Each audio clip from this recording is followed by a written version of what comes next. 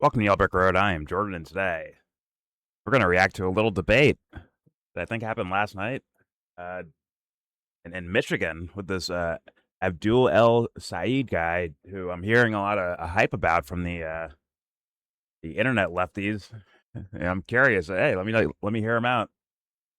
Let me see if he passes my smell test, and also let me see if these guys are ignoring things for the sake of hopium or because they're operatives for the Democratic Party.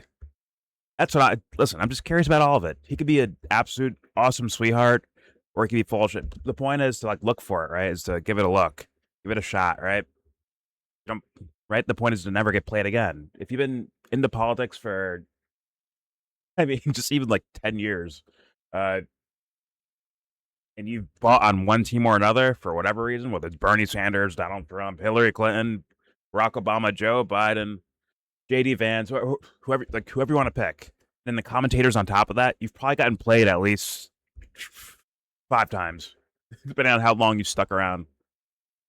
I mean, overtly played, not just every day you're getting played, because that's probably happening too. But I'm just saying, the overt events where it's okay, you're getting played. Hey, man, Trump's going to come in here and end the wars.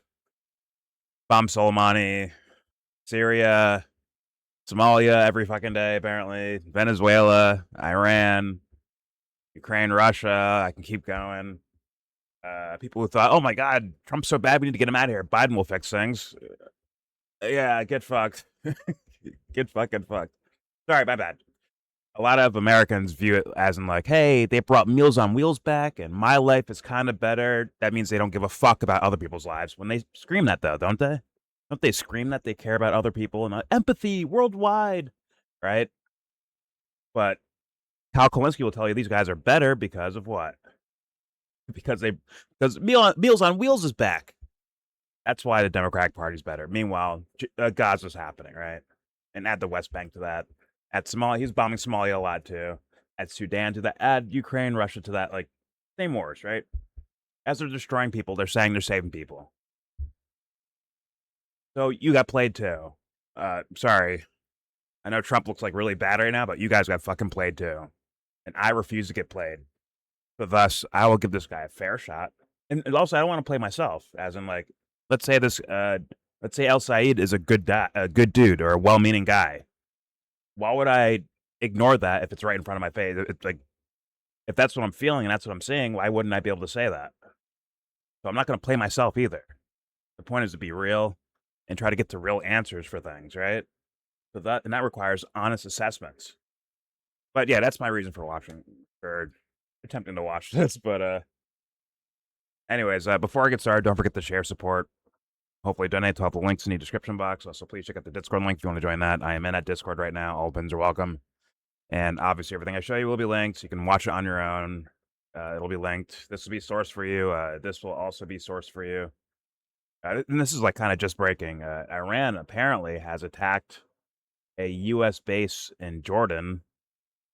And I know some people will call this unprovoked, but they're already here, right? They're already here. So everything that happens, whether it's the U.S. doing it or Iran doing it, it's all going to be considered retaliation by one side or another. Let's just be honest, right? It's gang warfare, right? Nobody knows who fired the first shot between the Bloods and the Crips, but somehow, either way, they both feel like they're retaliating. They're not the ones trying to cause trouble, right? Either way, that's where I just want to point that out there. And for me, when it comes to politics, ugh, uh, I would think that foreign policy is, to me, probably the best litmus test. It's probably the best litmus test. It's a good litmus test to tell you if you're getting played or not. If you're a person who just plays politics, if you're Kyle Kalinske, right? If all you do is play political games and play politics, then foreign policy is not going to be your thing, right? That's not going to be your litmus test for this guy can never be in office or this lady can never be in office, right? That can't be, because right, he's saying, oh, Kamala Harris, and I'm sure he voted for her and all that shit after she was overlooking a genocide, right? So that means once that's the case, that means foreign policy means fucking nothing. It means nothing. And for me, it's obvious, like, hey, blowing people up. I can view that as, hey, that shouldn't happen. Especially when you can clearly see these things you don't have to do them. It's not about security. It's about land grabbing and resource grabbing and establishing your dominance and power over other people. Nothing to do with fucking safety. It's bullshit. So anyone engaging in those things that we're pretty sure is based on falsehoods, yeah, go fuck yourself. That candidate's done for me. Instantly done. Like, there is no like, oh, well, maybe there are on this other policy. No, you're done. You are done. Can't take the risk. Sure, I know people are, okay with risking people that they'll never meet in their lives, that lives, thousands of miles away. They'll never see them. They'll never meet their parents or meet their children. They'll never meet these people. All right, so they feel okay risking those people. I don't. And I never will. But thus, if you're engaged in any of this shit at all, I don't care if it's Iron Dome voting like AOC, even an inkling involved in it, you're already done for me. I think it's a much healthier litmus test than do you support Meals on Wheels or not. Anyways, let's apply. Tell them in a good mood, huh? Let's move on. Let's play on this. What's the lady's name? Sorry, I smashed my thing lags. I have to reset it. Name? Haley Stevens, and obviously the Abdul El Said guy. I'm hearing a lot of hopium about that guy. Well, I'm hearing a lot of in words sound like hope that I hope isn't hopium. I hope it's real, like as in like this guy's legit. That's why we're supporting him. And I say, let's find out. Here's the debate, and or Senate debate in Michigan. Here we go. Fox 2 Studios, here's Group Raj. And good evening and welcome to Studio C for the Democratic Senate debate. It's a chance for the two candidates to make their final pitch as to why they are the ones who can go up against Republican Mike Rogers. Now, this is a race the whole country is watching, and control of the upper chamber of Congress is on the line tonight. Now, we should mention this debate is an hour long. The first half hour is on both Fox 2 and our streaming platform, Fox Local and Fox2Detroit.com. The second half is exclusively streaming on Fox Local. So have your phone ready. We'll have a QR code at the end of the first half hour that'll take you right to the stream, or you can just log on to Fox2Detroit.com and be ready for that second half hour. Now for the rules. Candidates will get a minute opening statement and up to a minute 30 to answer any question I decide to ask. The candidates will not address one another directly, but if statements are made about another candidate on stage about a policy point or a direct accusation, that candidate will get up to a 1 minute rebuttal. But to both the candidates, a little note: the more you make accusations, the more time you're handing over to your opponent. So let's have a productive debate that highlights what. No, what if you're on stage with someone who just portrays corruption over and over again? Like, yeah, I asked simply, like, yeah, explain that to us. Explain why you went with this fucking dirty deed over here. Why'd you do it? But why can't they just have conversations? Like this, like. That's real. It helps with sniffing out fakery as well, right? If they're having like a regular sounding conversation, but whatever. Here we go. What you want to do, not what the other candidate can't do. There's too much on the line, too much on the table, and people deserve substance over punches exposing tonight. That I want to welcome the two Democratic U.S. Senate candidates, former Wayne County Health Director Dr. Abdul El Sayed and Congresswoman Haley Stevens. To both of you, we give you a warm Fox 2 welcome. We thank you for being with us. We're taking your questions, by the way, via text, and many of those will be asked in the second half hour. Send them to 248-200-5042 or scan the QR code on your screen. The last time we did this, the system almost crashed. So many of you have questions. We know more of you will, so get on that as soon as you can. Dr. El Sayed, you get the first opening statement tonight. Root, studio audience, folks watching at home, I am so grateful to be here. My name is Abdul El Sayed. I'm a doctor. I became a doctor because I go 15 minutes from where I grew up and travel a difference of 10 years difference in life expectancy. Instead of practicing clinically, I went into public health, rebuilt Detroit's health department, led Wayne County's Department of Health, Human and Veteran Services. We did things like put glasses on kids, took on corporate polluters, made sure that our kids weren't breathing the worst coming out of smokestacks, and eliminated medical debt. But I'm running because it just shouldn't be this hard. I've been down to 110 10 different cities, 475 public events. I could go to a living room in Lansing. I could be in a church in Detroit. No matter where I go, people tell me, I need to be able to afford my groceries. I need to be able to afford my gas. I need to be able to see a doctor when I get sick. My friend is going to frame this race about me and her. It's not about that. It's about you. It's about what you deserve. It's about you deserving a politics that's not bought off by the same corporations picking your pocket at every single turn. I'm looking forward to the conversation about how we get money out of politics, put money in your pocket, and pass Medicare for all. Thank you, Dr. Abdul Al-Sayed. Okay, so very clean cut. To me, it's a little spooky. A little bit. Not the worst thing ever, just a little spooky because, yeah, think about the premise, right? I'm sure people are like, hey, you have to talk this way, otherwise you can't win. That says something about the public. That's their fault if that's what they need to hear. But maybe they don't. Maybe they don't need to hear that. Maybe they want to hear a normal talking person, a normal sounding person, right? It doesn't sound like a fucking, poster boy, Clark Kent sounding motherfucker, right? Who sounds a little gritty to them. But here's where it could be worrying is that these guys are going to consulting firms for, like, hey, man, who are you? Are you an image that was created in a lab somewhere? Or are you you? Maybe he is just a, like, kind of a nerdy, pencil neck, clean cut guy, right? Maybe he is like that. Clean fingernails type person. But I'm saying if you're not like that, like, let it be known. Why are we hiding? Right? And there's baggage that comes with these consulting firms and all that shit, man. There's baggage, I would assume. But all right, here we go. Either way, whatever. Okay. Medicare for all. Got it. And now, I might be saying this a lot during this video. I just want to add to this real quick. The idea of, and people don't like when I say this, but I'm going to say it anyways. The idea of, like, anyone can say words out loud. Anyone can say Free Palestine. Anyone can say Medicare for all. They're just words, right, guys? There's words, and then do you believe he means it? And on an intuitive sense, on a maybe even body language or, I don't know, some sort of intuitive sense to things, it's hard to pierce through that if you're getting a plastic doll, right, that was created by a consulting firm, versus like, who the fuck are you, man? Who is the real, Abdul? I had to check his name again. Won't lie. Hey, listen, I'm just getting into it. Forgive me. But once again, there's logic to my madness. Yeah, anyone can say Free Palestine. Anyone can say Medicare for all. They're words, right? How do we know if you mean it or not? Because we can't risk getting tricked again. Because we can't risk another Gaza thing happening again. Although it's still happening right now. Right. All right, here we go. Next up, Congresswoman Haley Stevens, you have 1 minute for your opening statement tonight. Well, thank you to everyone tuning in tonight. As we know, the stakes of this race couldn't be higher.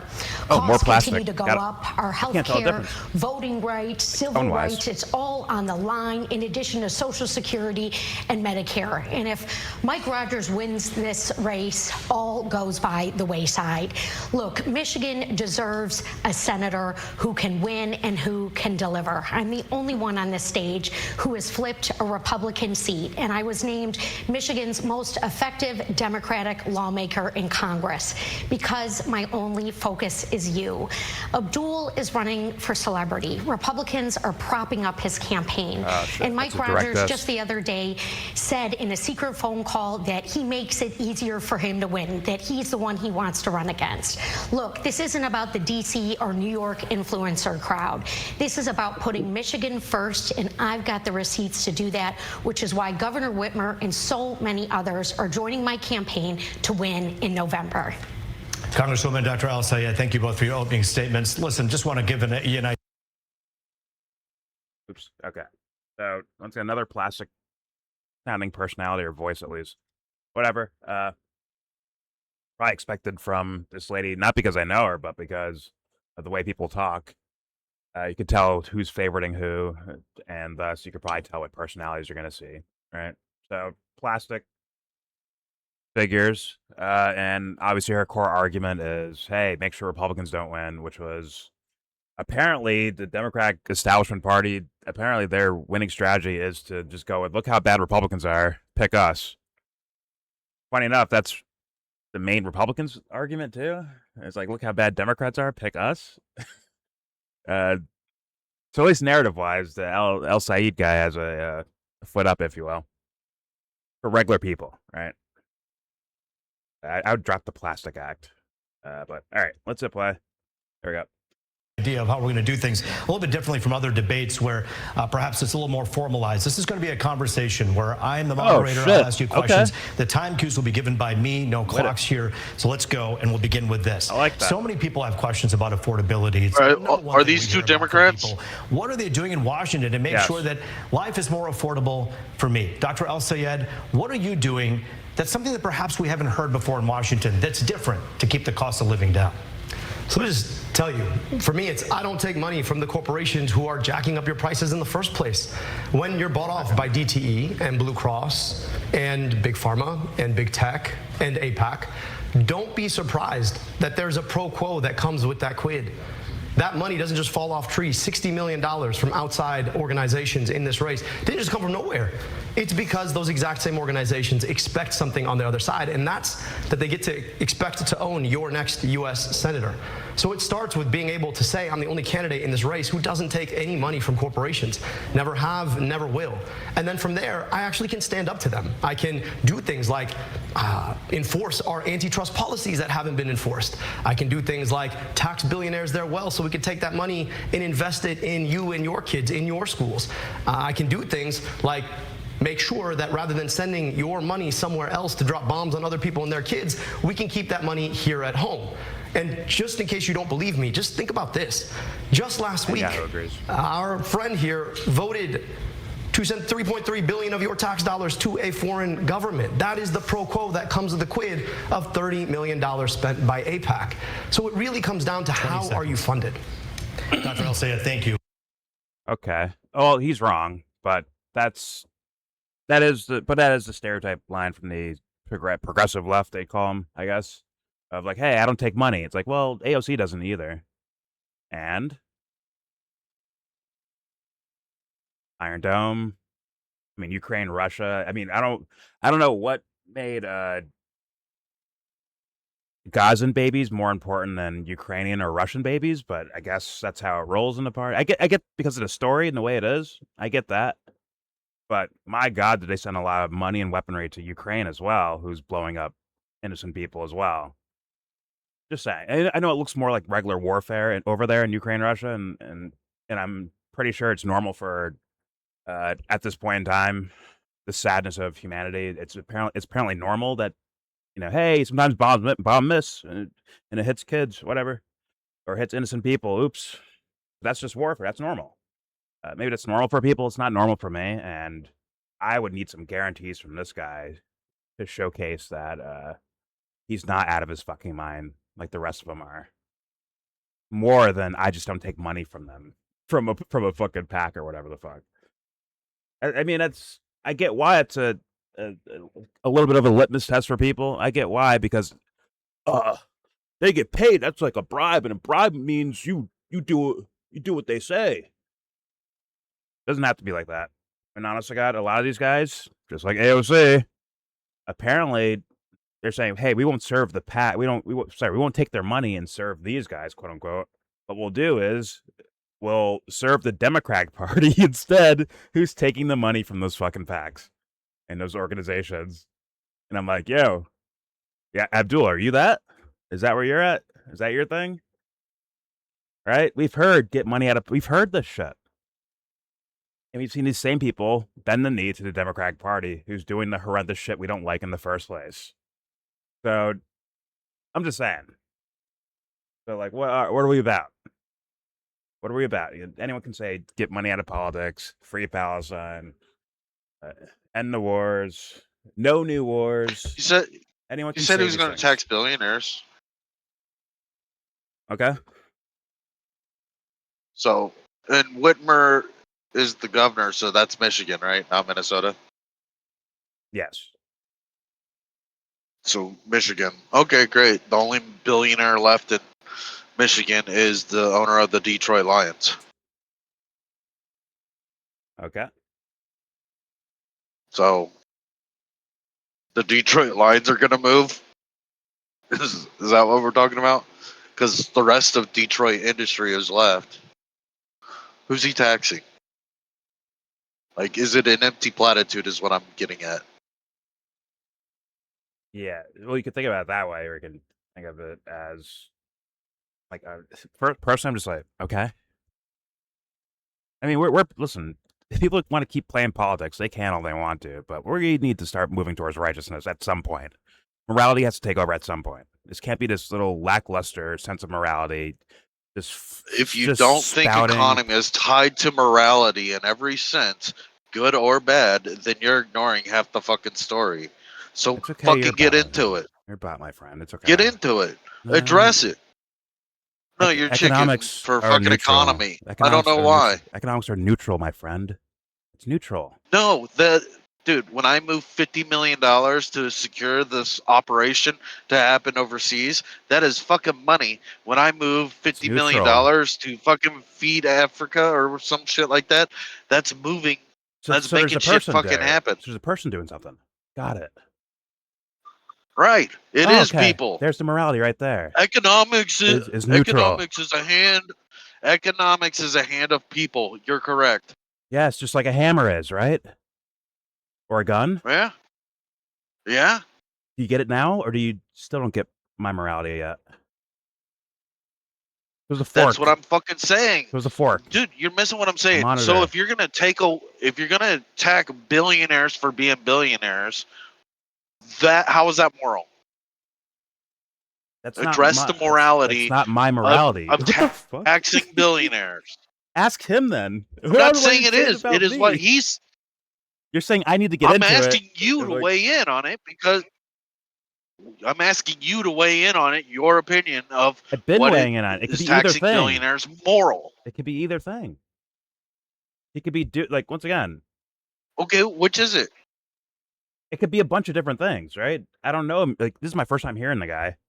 I don't know his purpose. It could be just a slogan to win an election, right? Is it okay that I consider that or no?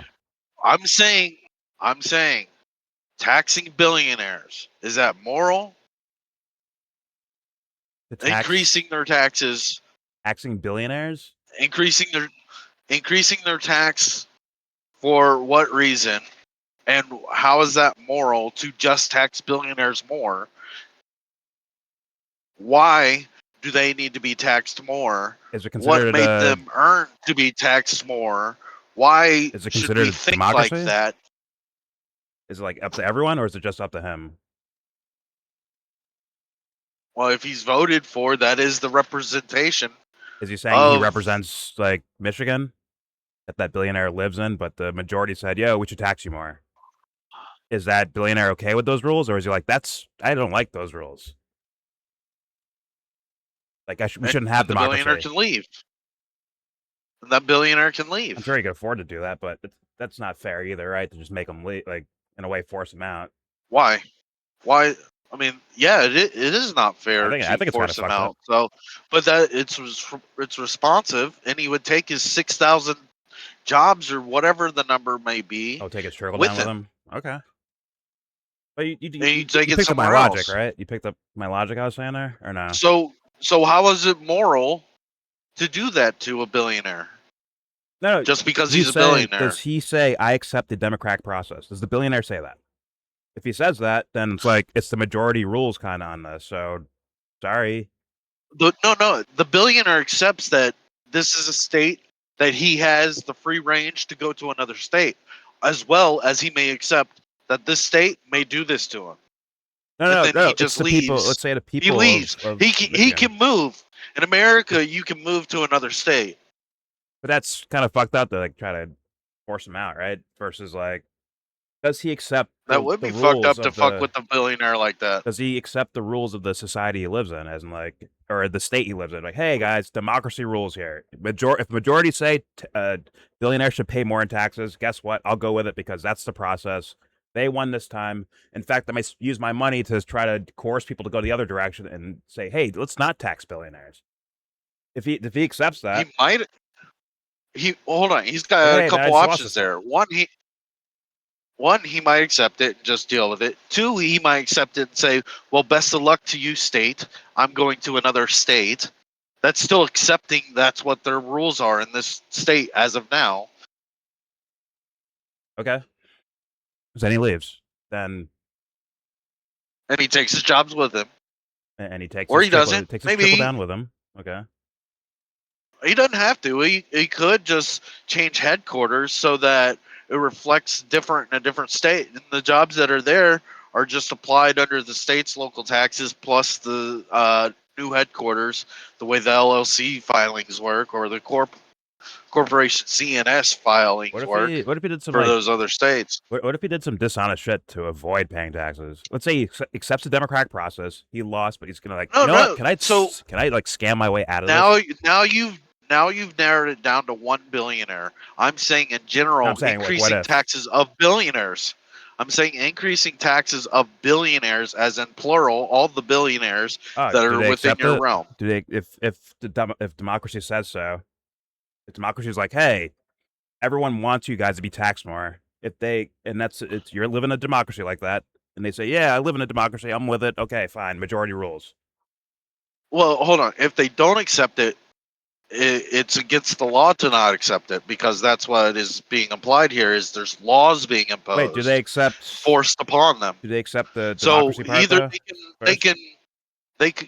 they can be breakers of law, or they can leave, or they could rebel. Do they accept democracy though? In hiding. Or are they saying nah, fuck that?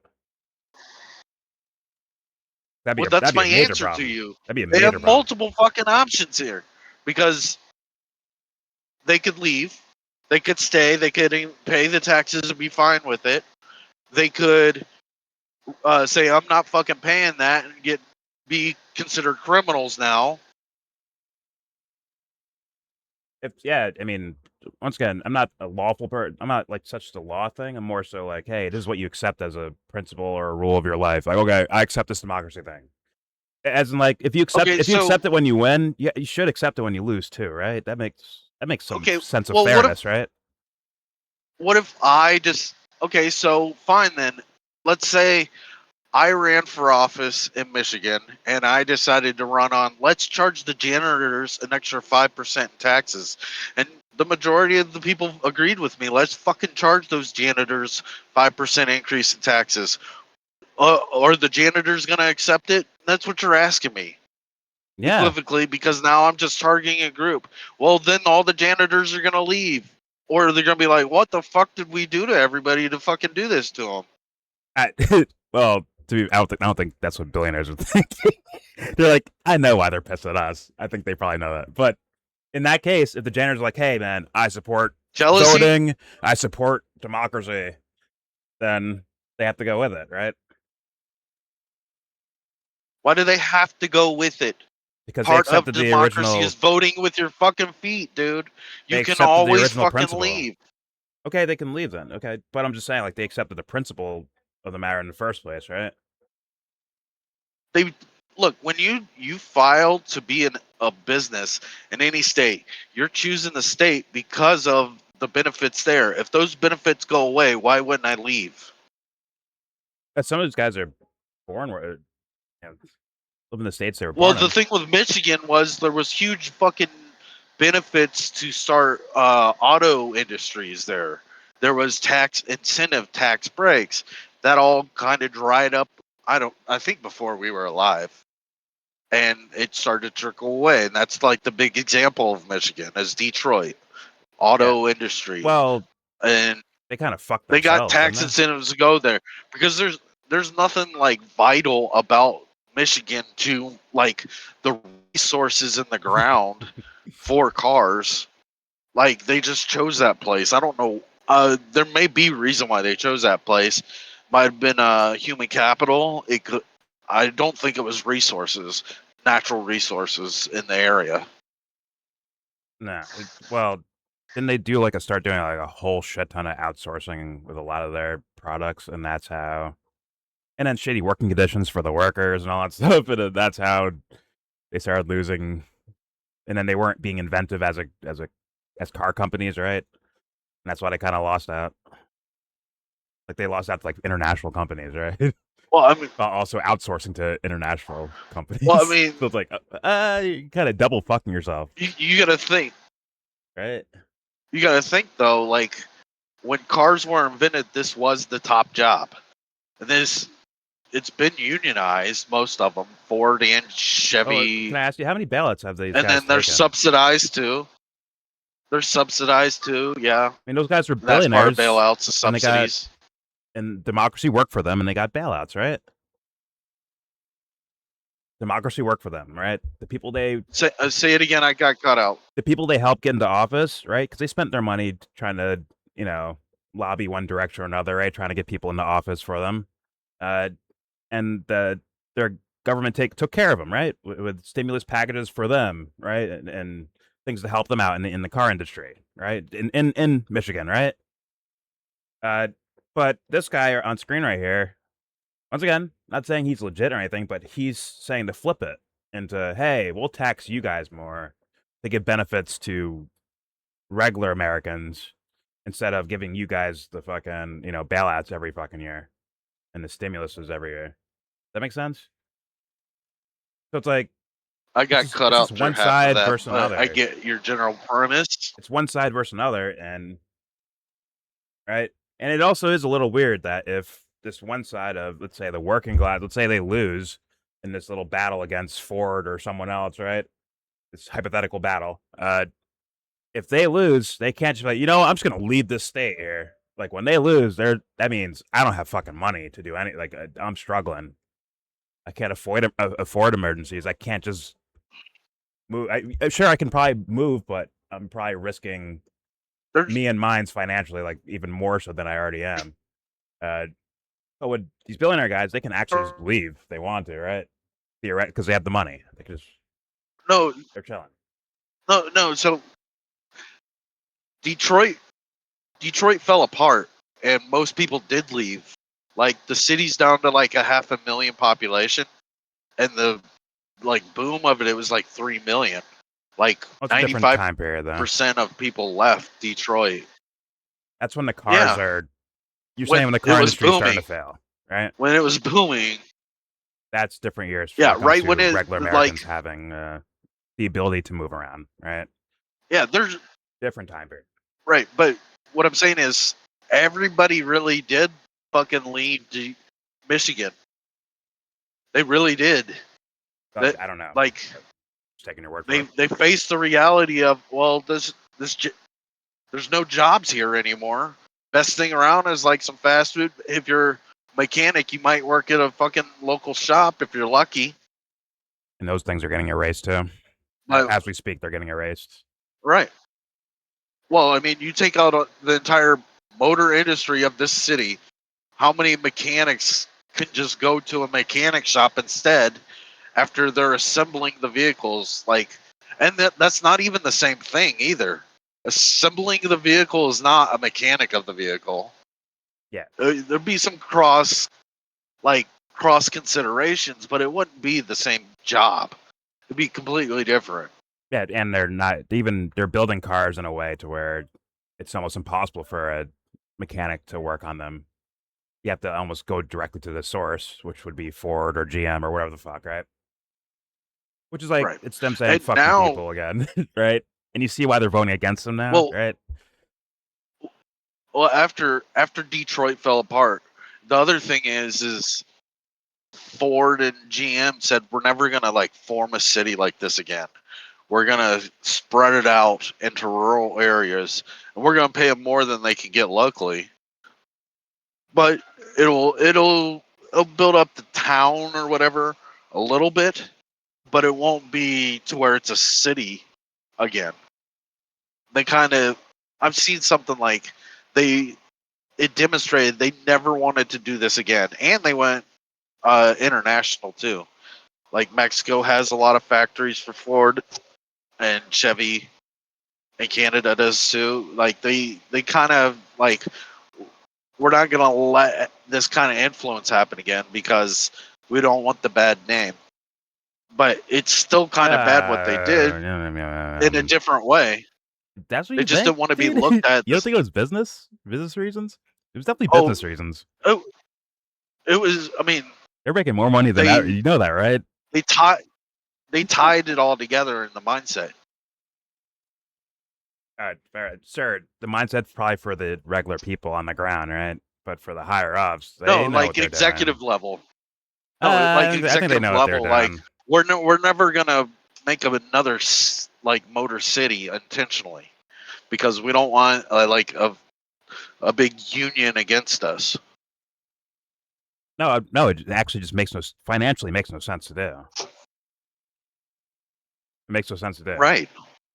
It's like, why would I want strikes? Why would I want strikes? No, it's not strikes. No, you. I don't think they're so worried about strikes. It's more so like, why not just have businesses all over the fucking place and have cheap labor? These people have fucking rules here where we have to fucking pay them a certain amount of money. Why not just have no fucking rules? I mean, it's still one of the best paying jobs around. It's like 45, 50, 60 bucks an hour. To do what? To assemble fucking cars for Ford and Chevy or GM. We know where those jobs are going. Yeah, I mean they're unionized. It's you got to be you're locked into it once you do it, and then just hire robots and they'll do it. Duh. I mean that's part of it. Is a lot of what they do is work with robots. Well, let's be honest. You don't. We'll go back to the video now, but like you don't see a concerted effort by these companies to screw over regular people. Like apathetically, yeah. Right? No care. Yes, I do. No I absolutely do. Okay. But that's not what I'm fucking saying. I'm saying like when you say I'm gonna when I'm saying you gonna tax billionaires, you have a general blanket category assessment right there. You're not saying I'm gonna Bob the Home Depot owner, Frank the owner of Ford. I don't know their names, so I'll just make up names. He's saying rich people that are in certain brackets that don't pay enough in taxes according to his idea of things, right? Right. And what is 21% of 4 billion or whatever I made this year, which comparably is carrying the whole nation whenever you actually break it down in the comparisons of looking at billionaires paying taxes at 21%, which is like the average rate of billionaires being taxed, 21 to 23%. It carries the nation.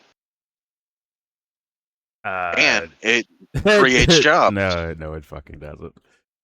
Here's one small example here. You have the owner of the New York Giants, right? He's a billionaire, I assume.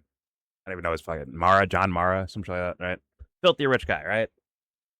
If he leaves and the Giants say, fuck that guy, we're going to play again tomorrow. Who's showing up? Nobody. New York and New Jersey showing up. If the Giants say, we're not playing tomorrow. If the Giants... It's his stadium. If the players say... If he doesn't sell it, you don't have a right to it. If they say we're going to play in a high school today, buys it, we're going to play in a nice high school today instead. He's going to sell it to another billionaire that can afford to fucking buy the stadium. Dude, and then the guy's got to organize it all. It ain't happening. The players say no. There's no game. There's no game. If the players say no, there is no game. If those guys say, let's go to a high school and play a game, guess what? People will be stabbing and shooting each other to get into that fucking little high school, whatever, park or field. Because their fucking heroes are there. The owner's not some fucking hero. Giants. Yes, for the Giants. Not for the Giants or the Jets. Yes, for them. Yes, for them. Ew. It is what it is. Ew. And same thing goes if all the billionaires in America said, all right, guys, we're out of here. All right, bye. See you later. Like, if people actually thought about it, like, yeah, okay, bye. Because guess what? Elon Musk, you're not an engineer like this guy is. The guy who's actually who's actually doing the engineering work of your company and the computerized software work for your company. Those guys are the actual work. Those guys can do it. You probably can't. Yeah, that is not how business works. It is not the actual engineer that makes any part of business work. It's obvious how that. No, it's not actually. If Elon goes away, unless people crumble on their own, guess what? They could still keep running whatever, SpaceX if they wanted to. Because the geniuses are the guys working on the thing. You know what geniuses really hate? Do you know what geniuses really hate? Talking to people. That's the lamest thing I've ever heard in my life. They don't get the job without being able to talk to okay. people. Oh, you don't think the mad scientist that you picture is fucking like Those fucking guys are in Scrooge? He's like, get the competition with each fuck out other. of here. That guy's in competition with someone from I don't halfway want to around talk the to world. anybody. Dude, they're all in Okay, so competition with each marketing. other. So they have to talk. So the engineer's gonna take over marketing. Okay, and then he's gonna take over No, sales. they have Also, marketing. he's gonna be on the phone all day too. No, they have marketing. Oh, they have okay. marketers. Oh, Elon Musk is just some figurehead. business is. They don't need him. So Actually, they don't need him. Elon Musk didn't organize all of that. He didn't organize the sales department, manage that. He didn't organize the engineering department. He mostly bought the companies from that. someone else. He mostly did that, honestly. Which is managing that and looking at how the fucking breakdown of how things run. Well, thank you for your time, Elon, for giving us all this knowledge of what to do. But now we don't need you because we're the players and you're just a figurehead. Dude, it falls apart without Elon. You miss it. There is no Tesla without him. You mean on a marketing level it falls apart? Maybe. But on an actual scientific engineering who's level. The boss? No. Who steps up and who's the boss? They already know what they're doing. Each department wants to be the fucking boss, and now it's a fight, and nobody has an actual claim to be the boss. I can shut up as it goes. All right, I'm moving on to the video, man. You have I think you have a worldview you want to see, and not like. Dude, I have thinking about the real world. Fucking look at it, dude. Oh, it'd be Game of Thrones. They just start throwing chairs and fighting each other, like. They might be like, "Yo, hey guys, you want to split Elon's what he gets paid? You want to split it with each other? All right, add $10,000 to each of our fucking paychecks. Yeah, why not? Fuck it. Who knows? But all right, let's get back to this. Here we go. Congresswoman Haley Stevens, we heard a lot from Dr. El-Sayed. Some of that was about your record in Washington. I want you to be able to address that, but also tell us what you would do to keep the cost of living down. Yeah, our affordability crisis is choking us out here in Michigan. You know, everywhere I go, if it's at the fish fry in downtown Detroit, or the working single mom who just the other day told me her health care costs continue to go up, that the grocery bill is only getting harder. We don't need lip service. We need action. And Abdul's going to talk about where employees from certain corporations are spending their money, but let me tell you about what I am doing. Because DTE and our utility companies are selling out their ratepayers, and I'm giving them an option. I'm saying DTE, either stop raising rates or lose your federal funds and cut executive pay. Look, we need proven funders in these positions, and that is what I have done time and time again. I've got the receipts to show it, and this is also why Governor Whitmer and AG Nessel, you know, two proven fighters who want to see results, have endorsed me in this race, because Michigan, it needs a workhorse in the United States Senate, sleeves rolled up, ready to tackle our problems on day one. And I'm not just stopping there. Let's lower the costs of groceries with my bill. No tariffs on groceries. I do want to get into the weeds. That's just a battle against Trump, right? No tariffs on groceries. That's what that is. It's PR, and that's why people get tired of that shit, man. Like, it is what it is. You do understand that and respect that, right, Dubster? People are like tired of this shit. They're like, wait a minute, we keep getting fucked every year. Hold on. The fuck? I want to know if you noticed her admitting to being paid by corporations. How she did that? Did you catch that? Well, she definitely didn't actually answer back to what the Saeed guy was saying. She definitely didn't do that. Well, he called her at one point. He called her taking money from big corporations, and her response was, "It's not my business to tell these corporations how to spend their money.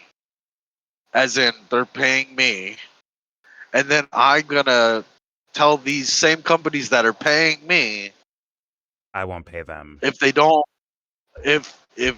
get in line. They're gonna get cut off from their federal funding. The ones that paid me." Yeah, she takes their money and then she pays them back with not her money, but with the state's money, right? which is probably a decent chunk from federal money, which means your money, right? Which is, I mean, that's that's been going on for a very long time, right? She said they paid. She said they paid me, but I'm gonna get them in line. Yeah, she'll stop giving away other people's money to them unless they get in line, right? And that's been a theme. You see what? But once again, I'm not so. I just thought it was funny how she's covered it up. Okay, got it. But although I know you make jokes and shit like that with like the Bernie bro stuff, or whatever the fuck, and I'm not. I fuck politics. Listen, righteousness should have taken over a long time ago. Righteousness should have been taken over, but we're not there yet, apparently. But you do see why people are pissed, right? They see the blatant unfairness of all this, and they're like, "Yo, this needs to change." You do see that, right? I do see that.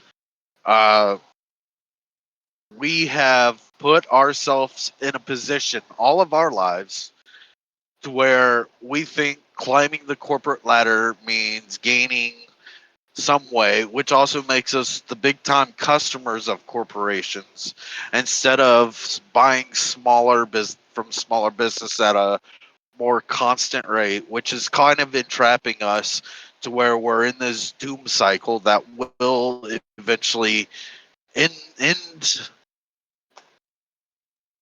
the country. Well, people typically see cheaper prices because those big businesses can afford to do that versus a smaller, right, business, right? Typically, not always, but typically, right? They see Walmart and the price is $1 cheaper, and guess what? $1 is a big deal. If $1 wasn't a big deal, as in like, I don't know, whatever, like the hammer maker. Like, oh, yeah, that's my favorite example. Yeah.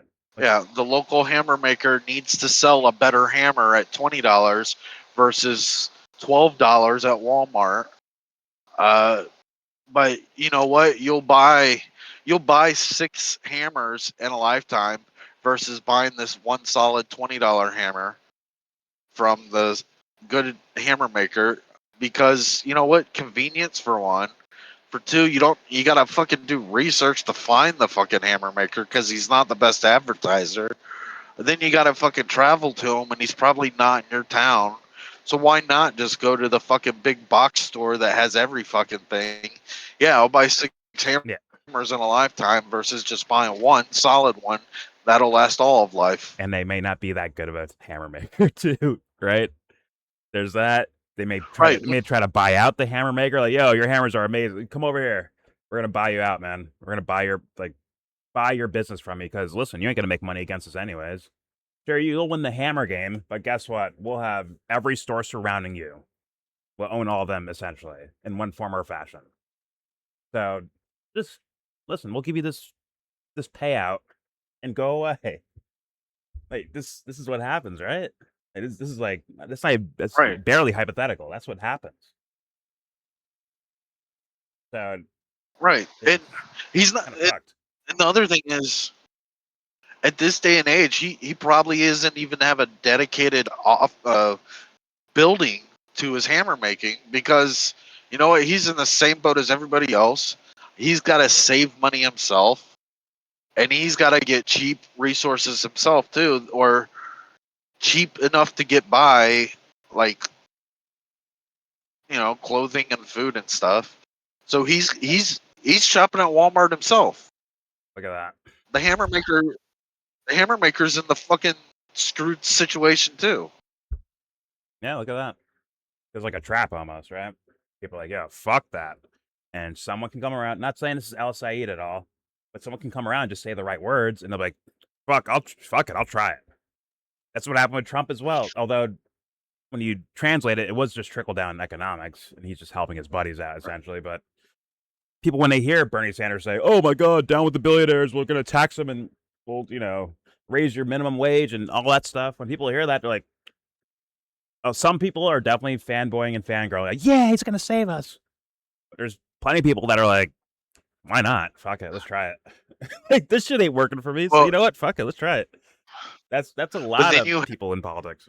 Then you have to consider the other side of it. The owner of quote unquote Walmart has the right to make a successful business like that and pay a fair tax. he should be paying some kind of tax if we're going to have a tax system. I'm not arguing that. I'm just saying I don't necessarily. Why did we since JFK decide 21-23% was about the ballpark? Because it was 90%, and JFK came in and brought it down to 75%, and then it got to I think it was Reagan's time they got it all the way down to 21-23%. It was at 90% for corporate tax before JFK. Well, it's not just that they want to talk about individuals as well, right? Because like Elon's worth more than one of his companies, right? Like Elon himself is worth more than just Tesla by itself, right? Maybe all the companies together. Yeah. But it's not like he's I don't think he's like a big investor that gets away with putting his money into investments. He could be, but I'm just not familiar with it. But there's something to that too. Of his own companies and not so much as liquidated. Well, real estate too. Yeah, exactly. Yeah. But still, like, we know it's there, right? A-Rock could be like, I'm not rich. I only make $10,000 a year being the owner of the Timberwolves, right? But dude, I can see your mansion right there. Like, you are. Like, we're not stupid. You can like hide your money in different places. We get Mavericks, it, but come on. Yeah, we know. Yeah, the Mavericks own that mansion. I just occupy it. Yeah, I know how like that all works. In this idea of it's kind of insulting to ignore that what these politicians do with their own, or what these giant, billionaire motherfuckers do. Right? It's insulting. But fuck, what I was gonna say. Once again, whether the Saeed guy or these other politicians, whether they're full of shit or not, in words, people will be like, this makes sense when you say, hey, no more $3.8 billion to Israel every fucking year. Because look what they're doing with it. Hey, let's tax one penny on the dollar of Wall Street speculation to pay for this or pay for that. People are not going to get like a penny on a dollar. These guys are filthy rich. Like, yeah, do that. Like, fucking do that shit. Right? It's like, and they're probably not going to stop speculation all of a sudden, right? They may have to come up with a new plan, but like, hey, why would a penny on a dollar hurt your fucking life so much, right? Meanwhile, people are actually like eating shit out here, and they're like, dude, this doesn't make sense. What's the point? Like, yo, I die one day. What's the point of sitting here and just taking it from these fools? Fuck those idiots, man. Like, it's going to get to a point where it just boils over, where people are like, yo, these guys are greedy fucks. Let's just fucking get them out of here. Right, I get that the mind. I get that the mindset's there, but I'm saying the actuality of practical considerations, breaking it actually down. What is the contribution these billionaires are making? What is 21% of making $4 billion this year? Because it's year by year. It's not your accumulated savings that they're saying tax. Well, they look at loopholes and shit like that as a main reason. Like, hey, these guys are avoiding paying taxes. Actually, watch this, and they made some demonstration of showing that. And that's part of the system. Yeah, the system has made it so that there are loopholes to get around all this. But I'm saying if you straight up just say, okay, Walmart, you are a corporation and you are gonna reinvest 75% of whatever. 75%, that'd be great. I don't think that's their ideas at all. I think their argument is that they're not paying. That's what they tend to do. He's saying their argument is that, I think his argument is that they're not paying. That's why we have to tax them. No, what I'm saying. I think that's their argument. So I'm saying $4 billion, 75%. That means you put $3 billion back. I'm not really saying Walmart numbers. Right. I don't know their fucking numbers. Yeah. So that's $3 billion going back into the company, and $1 billion gets pulled into profits. So like they've reinvested into their trucks. They're buying food from places, marking it up 50 cents or something on each product. That's all considered into that reinvestment. Because like you got to have cash flow to make what Walmart does function. So there's $1 billion in profit. I'm not sure so there's $1 billion in profit, and that's what we're talking about taxing every year. that 23 to or 21, 23%. That's what's like, okay. So 21, 23% of a flat billion. What is that? That's 230 million at the top end of that. I don't know. I'll take your word for it. Yeah, that's, you got 770 million left in your pocket, and you're 230 million in tax. So why is that not fair? How many people does it take at 50,000 a year to make 230 million? Like, how, just because I'm successful, I should be punished at 40%? Let's say that's not the scenario. Sir. That's what. So that's hold not on. What people are perceiving. But go ahead. Hold on. So let's say you change it to it's 40% of that billion. So that's 400 million you're taxing me. Why is that fair versus the 230 million I was paying? How many 50,000 a year people does it take to get to the tax rate of 230 million or 400 million? Why is it fair that I'm to carry even more of the country's burdens? Because that's what I'm doing. I am carrying the weight of the system. This is what you're missing. At these high. This is what you're missing, and this is what people are seeing. They're seeing Alex Rodriguez, ride his motorcycle around his fucking mansion, one of his 5 mansions. So? And he's saying like, "Hey man, I'm struggling out here. I'm struggling." It's like, wait a minute. That he bought. Yeah, but like, come on. You see how unfair that is, right? He had the brain. He had the brains to bring whatever. I don't know that person. Whatever that company is. But then together. But then you're saying now people have the brains to say these guys are robbing us. So you know what? We're going to charge them more. We're going to charge them in taxes. But they're not robbing you. They don't pay us in wages enough. So you know what? We're going to fucking rob them this way. Dude, if you're doing you the put Rockefeller a price thing. gouge. I cheat my children as much as I can to teach them a lesson. That's what you're saying. People should do that to each other almost. If you're saying there should be a price gouging point of profits on the Walmart products, which if you applied it like gas, it would be like 30%. You can't profit more than 30%. No, then you have an argument. You don't understand it, do you? You're thinking in like too hypothetically almost. Do you see what's going on out there, man? It's like, hey, these guys are once again riding their scooters around their mansions, saying like, "Well, hey man, if you tax me 1 more %, man, I'm out of here. Fuck all you. I'll screw you all over for this." It's like, wait a minute, you're a cunt. Then go away. Then, in fact, we might force you out by getting more taxes on your ass, bro. We'll force you out. You fucking cunts. Then you do it that way. Then you just killed 60,000 jobs. They're like, you just killed 6,000 jobs. But they're already there, Dubs. So we're like, yo, fuck it. Why would they be there? Dude, he still owns the building. They'll be okay. Oh, we lost poor Walton. No. Are you gonna eminent domain? Are you gonna eminent domain He's his looking property? for rules and shit. I'm talking about people. You're looking for rules. I'm talking about people. I'm talking about fucking people, dude. Dude, are you? Well, They're already in fucking mode. That's the quote unquote people's plan is to eminent domain the person's property. Might say, I don't give a fuck. I'll just vote for this person. Or I don't care. If they're saying they're gonna fuck them over, then fine. I'll vote for them. Then the entire. That's where they're at. Then everything. Why the fuck do they care about 60,000 jobs being lost when their lives suck already? Then everything. What the fuck do they care? Then everything capitalistic will collapse, and you will have the fucking feudalism that is called communism. You're asking for it, though. What do you think people are going to do? Human beings, not. I'm not asking not for a hypothetical fucking. Half the country is like, hell no. Fuck not a hypothetical these Daily Wire fucking short video. I mean, like an actual. What do you think people are going to do if they're like, they're robbing me anyways? Half fuck the country is like, fuck these losers.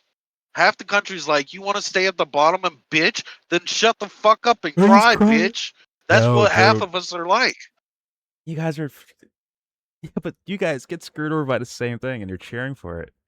At least we're fucking competitive when we fucking buckle up our fucking boots and like fucking get shit done.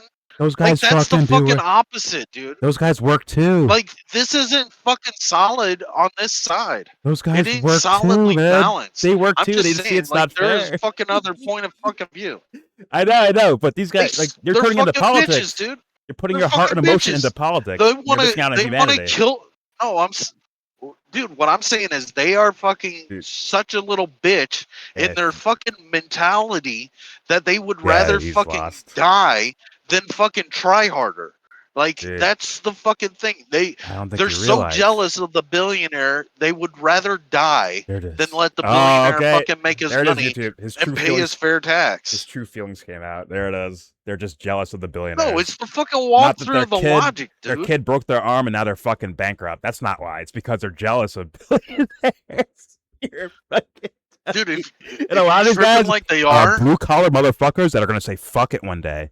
Now, what happens when the savages that you're calling pussies right now? What happens when those guys start coming out of the woodworks? Guys that are ex-veterans, like killers, bar fighters. What happens when those guys are like, yo, I can't do my are not fucking communists in any fucking sense. They're communism, you idiot. It's about humanity, you dummy. It's not about fucking communism. They're not thinking communism. They're thinking, hey, this ain't fair. Dude, these guys are a bunch of pencil-neck dweebs are telling me how to live my life. Fuck those guys. That's what it is. The fucking Bronx, you idiot. Stealing from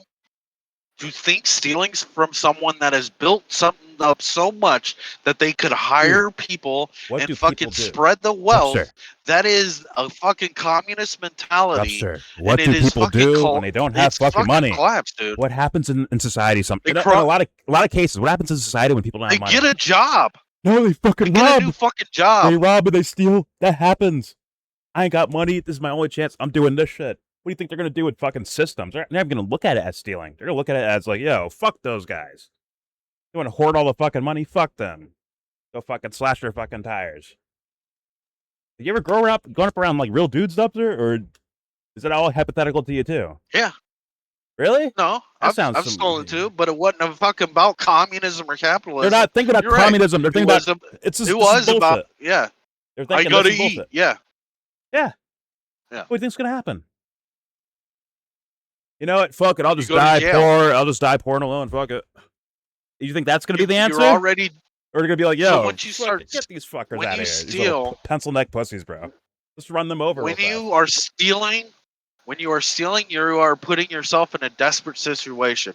You already are off balance. You've already undermined your position.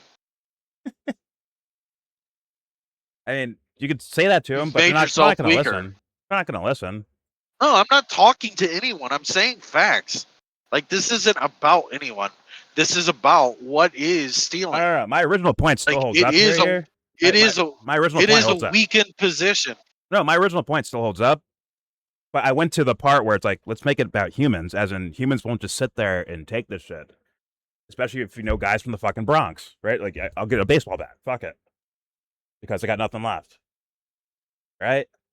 But in reality, I'm saying, like, back to the Saeed debate thing, like, hey, you live in a democracy, right? If Michigan voted for this guy's rule is like, hey, we should tax them more, that means it's the will of the people, so thus, what's there to complain about? Except for democracy. So the will of the individual is priority in a republic, is it not? And we are a republic, not a democracy. So therefore, if the democracy votes to rob me, then I, the individual, will vote to leave that fucking democracy when there are 49 other republics to go to. Okay, so you're saying that one billionaire guy should make the choice for the state. You should just choose for himself, as he always has. As every fucking one of us always has. Well, you choose to show up at the janitor job. You choose to show up as the teacher. You choose to show up as the lawyer. You choose to fucking show up as the truck driver. I didn't know you believed this hard into politics. It's fucking logic. No, it's like kind of devil worshipping. You don't even fucking know, do you? That's kind of crazy. It is not. Yes, it is. Dude, you think I'm emotional over the fact that every single one of us... I think you are emotional, I do. Every fucking one of us has chosen our professions all our lives. None of us have been forced into any fucking profession in this country in our lifetimes. None of us have. So they should do what my idea is, right? Like, hey, let's just walk away and say, we're going to do something else now. Like, don't even vote one way. Just say, we're done. We're not buying from your company. Your shit's done with. Sorry. Yeah, if they want to fucking protest, boycott, don't work for them, that's their business. I think it should be majority of people, because majority of people are the ones getting screwed over. I don't buy I wouldn't buy a Chevy if my fucking life depended. That's my favorite car is a Camaro Chevy. I would never buy a fucking Chevy because I don't like what they did in the 2008 bailout. Man, people should follow that. But I would think voting has been told that that's what you do, right? Right? They've been told that, like, hey, if you just vote, you can change what you want in the state or the world or the country or whatever the fuck. So in a way, go ahead. I'm telling you, you're gonna collapse your state if you fucking vote against the billionaires that fucking fund your state. It's stupid. Do it. I give a fuck about Michigan, really. I'm just saying the obvious is there. You're gonna make your shit even worse. That's it. That state's already fucked anyway. I think people are gonna say, "Fuck it, let's try." You don't sound concerned. It doesn't sound too sure, and also, like you sound upset, but you don't sound concerned for them. You sound angry at their choices. And it sounds like the people are gonna say, like, "Who cares? What difference does it make? What starve with this guy, or can take a chance with something else?" They might say, "Fuck it, who cares? Why not?" Like they did with Trump, right? Like, fuck it. We keep losing. Why not just fuck it? We'll just take a risk and do this one. And he's like, I didn't know you were that, like, almost like desperately. Oh, I mean, like, you were kind of sniveling about it, man, in a weird way. And I'm like, why? What is that? Like, that sounds like brain rot to me versus like I act like there's real thought behind it. And no, this is not existentially. This is not about fucking individuality. It does sound like you're talking about economics and not actual individuality. Economics is individuality, dummy. No, it's individual first, and then they express things in the world, which may take the form of economics. Does that make more sense? Or does yours make more sense? They're hand in hand. Oh, they're the same. If you got a penny, that's your individuality. If you got $1 billion, that's your fucking individuality. So when you step in front of the gates, are you like, yo, here's how much money I have? Am I allowed in heaven? Yes, my son. Gates of hell? Yes, my son. Sorry, nope, you didn't make the threshold. Sorry, you owe me like $20 billion more. You got to go to the other place. Sorry. I've told you this. I've told you this a ton of times. The only thing that gets you in the gate of heaven is believing in Jesus. You don't have to worry about any of the rest of this shit. Dude, you could kill 30 people. It wouldn't fucking matter if you believed in devil Jesus. Worshiping. I know. If you truly believe with it. I know, it's called devil worshiping. I know. Kill people could have no problem. No. It's devil worshiping. Devil is the guy that got you to kill the 30 people. Jesus is the guy that you should believe in and stop killing the people. Which means you can't kill 30 people. Well, you can. You can. Your past is not your present. Wait, that means you wouldn't even be knowing Jesus when you're killing 30 people. So thus, you're not. Right. Right. But you come to the realization of Jesus later in life. Like, man, I shouldn't kill people anymore. What else should you realize?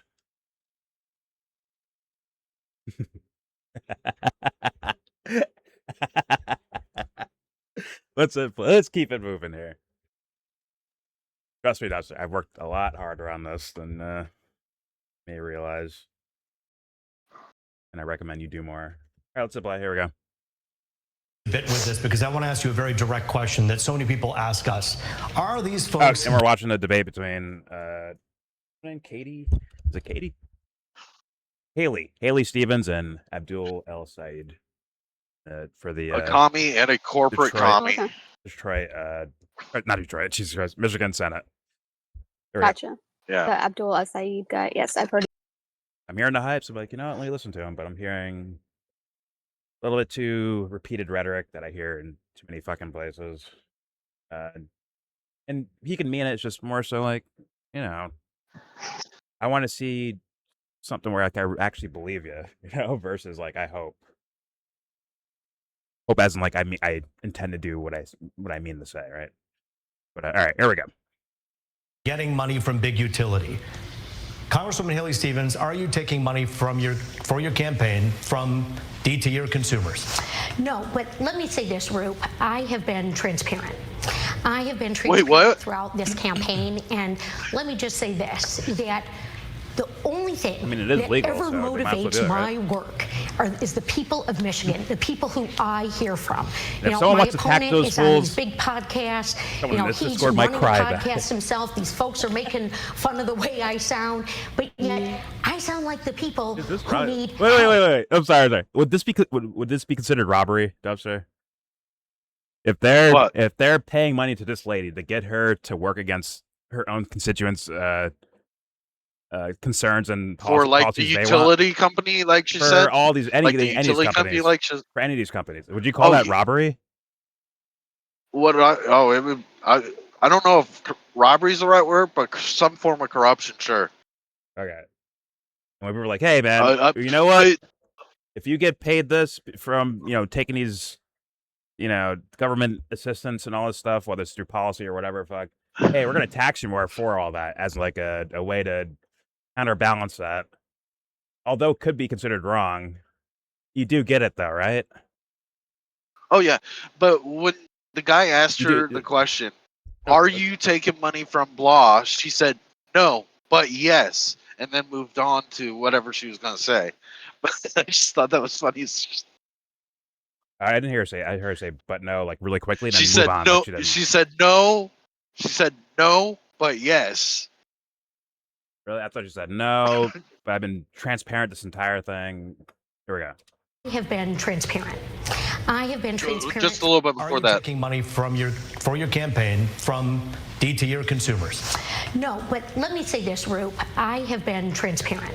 Oh, I have been transparent throughout this campaign, and let me just say this, that the only thing that ever motivates my work is the people of Michigan, the people who I hear from. You know, my opponent is on these big podcasts. You know, he's running a podcast himself. These folks are making fun of the way I sound, but yet I sound like the people who need help, who are talking to me about what they need done. Congresswoman, that was a follow-up to ask the direct question whether you're taking money from utilities or not. No. The answer is no. Thank you. Dr. El-Sayed, I'm asking you the same question. Hot mess. Money from anyone that we don't know about? No and never, but then $40,000 in direct receipts to her campaign from DTE's corporate PAC. And then there's, I don't know, Center for Democratic Priorities, which released its funders, but then they're behind these shell organizations, these 501c4s. So I'd really like to revisit that question because I don't know how to explain $40,000 directly to her campaign from DTE. I'm the only candidate in this race who's never touched a dime of corporate PAC money. I do want to ask both of you about your campaigns respectively when it comes to certain questions that people have. Congresswoman, we'll begin with you, and we'll dive right into that right now. You've heard many people ask the question about AIPAC, and it seems as though on many instances you haven't directly answered the question. Do you see why some people are bothered by the fact that so much money, $40+ million, has come from AIPAC for these PACs to talk about you and to promote you and to put you up as their candidate? Yeah, and this moderator's like, yeah, we are not doing the official rules today. It's gonna be a lot more casual. I'm gonna interject when I feel like. And why are you taking that money, bitch? What's up? Why are you taking all that money? What's going on? He's like grilling her as much as the other fool is. That's hilarious. You could tell what side he's on just the way he asked that. Like, there's been a lot of problems with AIPAC. Like, we're 5 minutes in. We're on AIPAC already? Okay. All right, here we go. I appreciate the question, Roop, because this moment in this country and here in Michigan, people have every right to be frustrated about our campaign finance system. My opponent here on this stage, Abdul, he's got a super PAC that his father-in-law funds that has millions of dollars going into it. And look, in terms of foreign policy, you know, Abdul and I do differ. I believe in a two-state solution. He has attacked me by name for purporting that the people of Palestine and the people of Israel deserve to live side by side peacefully. The goal is always long-term peace. And also, the Prime Minister of Israel has attacked me by name. They both represent the extremes. Look, Michiganders want peace. They deserve to see peace, and that is where I I have always cast my vote, and that is the work that I want to do for Michigan in the U.S. Senate. Specifically about AIPAC money. Them old people. $46 million has been spent on AIPAC spending to back your campaign.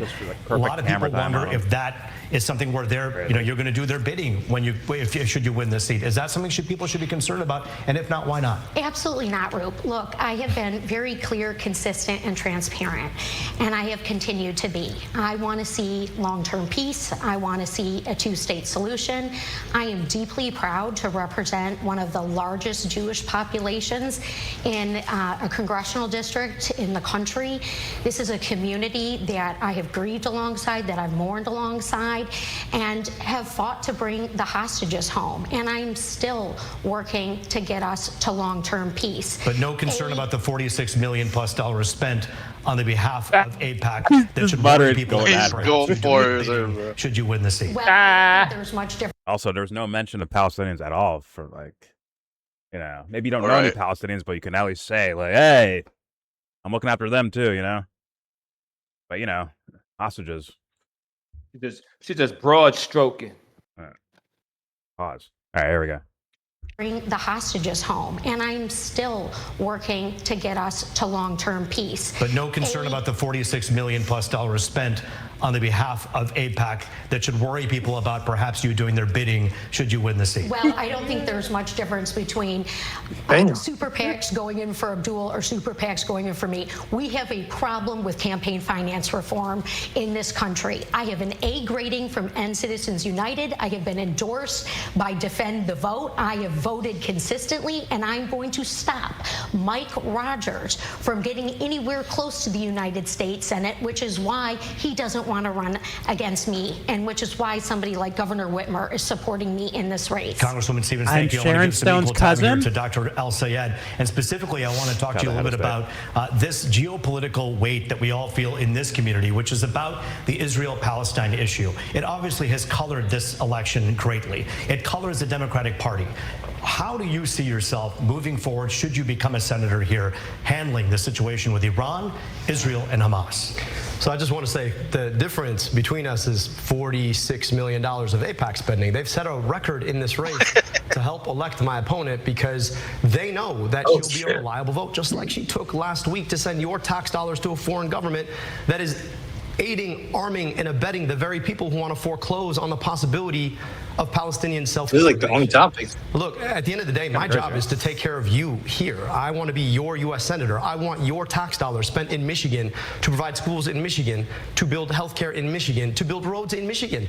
And I think that money sent over there to kill kids and women is the worst use of our tax dollars. And yet, that's exactly what $46 million in spending will buy you. And I believe deeply that we have a responsibility to make sure that we don't make other people's problems worse. So I believe in equal rights to peace, dignity, and self-determination for Palestinians and Jewish Israelis alike. I believe that we should not be fighting stupid wars that AIPAC wants us to fight in the first place. And I believe we have a responsibility to keep our money here, to invest here. That really is the difference. We're being outspent in this race 12-1. Chances are you're going to see an ad, probably 2 of them, on behalf of AIPAC for my opponent in the next commercial break. That's what that buys you. A record around President Obama's endorsement or lying about me and my character. But that's exactly what happens when you stand up and say, maybe Palestinians should have rights too, and maybe we should have rights to our tax dollars here at home. Dr. El-Sayed, I'm going to give Congresswoman. Okay. Now, I see why the internet guys, the Kyle Kalinskis, the breaking points, this is like their lane. So I get why they're dick riding. But these are not sufficient answers for me. That sounds so bad. It sounds bad compared to the other lady's answer, right? Or the other person's answer. Like, she sounds so bad that he sounds like fucking, ML, like a genius. He's MLK or something. He's some sort of peace guru, right? But I hear too much plastic talk, and maybe that's on purpose for the sake of winning an election. But why do you think you need to do that to win an election? What are you saying by that stance? Where's the real people at, man? Where are they at? We keep doing plastic over and over again. I don't know. And those answers weren't good. Like, they were. It's so empty too. Yeah. Answers were generic. They're like to get by. Almost. Generic. They're like, hey, just don't. It's like instead of like trying to like do good, it's like he's trying to not fuck up. Like the way it sounds. Her too. She's doing the same thing, but her answers are like by default worse. Right? She's doing the same thing. So it's just like, oh god, where are like real fucking people at? I don't mean he has to like curse and scream. He's your politician. But oh come on. If I enter that space right there, I'm running both of them over. It's just sorry. No offense, I'm running both of them over. Whatever. Like, well, maybe the best politic is being a regular fucking person. Maybe. Fuck me. The fucking moderator has more bite than anyone in the fucking discussion yet so far. Whatever. What's up, boy? This guy's like, I don't take money. I bet. Good. Sorry, Jesse. Go ahead. Well, just all I hear is like whether they take APAC money or not, which I get that, but they don't say anything about like what are you doing? What are you proposing? Is the only reason to vote for you because of your opponent? Like I don't get it. I'm surprised they're not talking about that crisis that they got out there in Michigan. Which one? With the diseases. The diarrhea one. Oh, the fucking yeah. Oh, that is the more lettuce. Michigan. Yeah. Right. No, but Michigan, they got one. I'm surprised they ain't bring. Yeah. They might get, dude. We are so early in this. They might get there. It's like 13 minutes in. I got into a long argument with Dubster for no fucking reason. There's a lot more here apparently, but yeah. I guess there's a thing about about Israel and Gaza. But what were you saying, Subs? Good. The answer is not necessarily correct either because it's not APAC that's driving you to the war. Like, to me, that's just such a fucking like, I don't know, almost like kind of. I guess it's like a spicy answer, right? Like going to these stupid wars. They're not stupid wars. They're fucking like demonic, like life, world-ending, like horrible, heartbreaking. They're not. I don't like those terms. Like I don't like when people kind of reduce it down to kind of these talking points when it's like something so important. Yeah, I don't like that, and I also just that line of kind of it's like going to these stupid wars for APAC. Like, come on, right? Like let's fucking like it's just come on. Like I don't see any fucking like, fireballs in your eyes, man. Like, where's your? What do you like? Do you care about this? Like, it just screams plastic. It feels like screen tested, not genuine. Yeah. Maybe once again, he may mean it or mean something about these topics, but he's hiding it for the sake of consultants saying, "Yo, you have to look this way on camera. Look at the camera this way. Speak this way." It's like, and you have to make it very simple for people to understand. Bite, kind of like little bites of, sound bites. Don't forget the sound bites. We got to clip it up. Like just, I don't know if he's operating like that, so I can't say for sure. It's just something that I see very, very often, especially on this topic, where it's like it just comes down to, oh, I don't take money from APAC. We're tired of fighting wars for Israel. It's like, give me a fucking break, okay? Like, come on. Like, at this point, to me, that's a fucking psyop. That entire narrative in itself, like, just the way that's framed. Yeah. That's all. No, I agree. Who knows for what reasons, depending on which person, like why they're doing it. But this is the first time I've heard this guy ever talk out loud, ever. Same. Never seen him.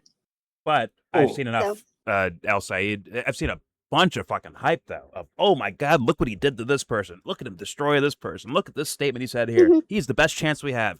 He should run for president in whatever year, right? In, 8 years or whatever the fuck, right? That's all I've heard. And yet I come here and what do I get? Mayonnaise? On a cold burger, I guess? With mayonnaise probably has like too much flavor, honestly. You might have to pick something more mild. I don't know. Like this is what we're going for. Like how do you make a discernment between he's the real deal and he's not? How do you even make that discernment? Like when you get no sense of passion or like where's the person at? Right. That's whether he is the real deal or not. Right. Maybe he's doing it. Whatever. Let's just keep playing. There we go. made a couple of accusations there about her record. Go ahead, Congresswoman. Well, as I said, I have been transparent, and that is why I have released my full tax returns, and Abdul still hasn't. We need to ask him, what's he hiding? What are the Republicans going to uncover in the general election that they will use against him? I am the only non-millionaire in this race. I have been recognized as an effective Democrat. To be fair, if he's a millionaire, I think it's from being a doctor, I guess, which is... That's all. That's going to help him, not hurt him. All right, here we go. Cover in the general election that they will use against him. I am the only non-millionaire in this race. I have been recognized as an effective Democratic lawmaker who, yes, governs in a clear, consistent way on complex challenges. I am beholden to the people of Michigan, the people who I hear from when I am in the grocery store line, people who've broken down in tears, asking me how we can address this affordability crisis. And that is what I am doing. That is what I will do on day one. Plus, you see Israel in her dreams. To prove it, Dana Nessel agrees with me. Dr. Al-Sayed, I do want to ask you a question about the tone and the tenor of this campaign. She keeps name dropping. Like a fucking rat. This senator. Like a rapper, bro. But yeah, I know Jay-Z. Rat. I know Nas. Yeah, we're best friends. Like, just name dropping them and be like, pick me because I know these guys over here. They like me. Why won't you? I'm popular. Come on, man. Come on, man. Joe Biden. All right, here we go. That Dana Nessel agrees with me. Dr. Al-Sayed, I do want to ask you a question. She did it again. In the tenor of this campaign, it is safe to say that everyone from Washington to Washington Township in Michigan are sick and tired of people pointing fingers, screaming, yelling, and insulting one another. We've seen a lot of that all across the country. Just earlier this week, we heard that there was some kind of a Zoom call in which you had referenced an opponent as ogre on a pike, and so many people took offense to that. And it really pointed to the bigger question of I like that. Tenor, that you've been accused of having in this campaign. Do you regret any of the comments that you've made, and do you think that this race could take a more productive and a more substantive tone if we kept those slams out? Look, I took to Twitter last week and said that the tone in which people talk about my opponent is unkind, and I asked anybody who supported me to not talk about her that way. In fact, when she got booed on the stage at the Michigan Democratic Party convention, I called her personally and said that was unkind.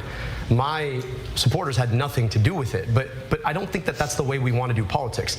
I was referring to a guy named John Fetterman, who's a senator from Pennsylvania. Yeah, he is an ogre. Terrible things.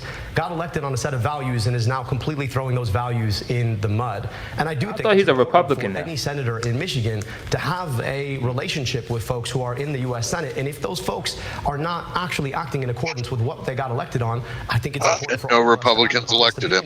What we're going to How does do that to work? make sure that our Senate looks like the people it represents. He's going to switch over. When we talk about unkindness, I also just I'm saying, like, to the fact every Republican was talking about how he's brain dead. Another name for AIPAC has been running attack. I heard something. He about to switch over teams. Well, he was saying Bernie stuff, right? I got sorry. No, but I just see something today. He was on Fox News talking about his whole family's Republican, and he's the only Democrat, supposedly. Well, I mean, like, when he was getting elected as a Democrat, everything the Republicans were saying was, this dude is brain dead.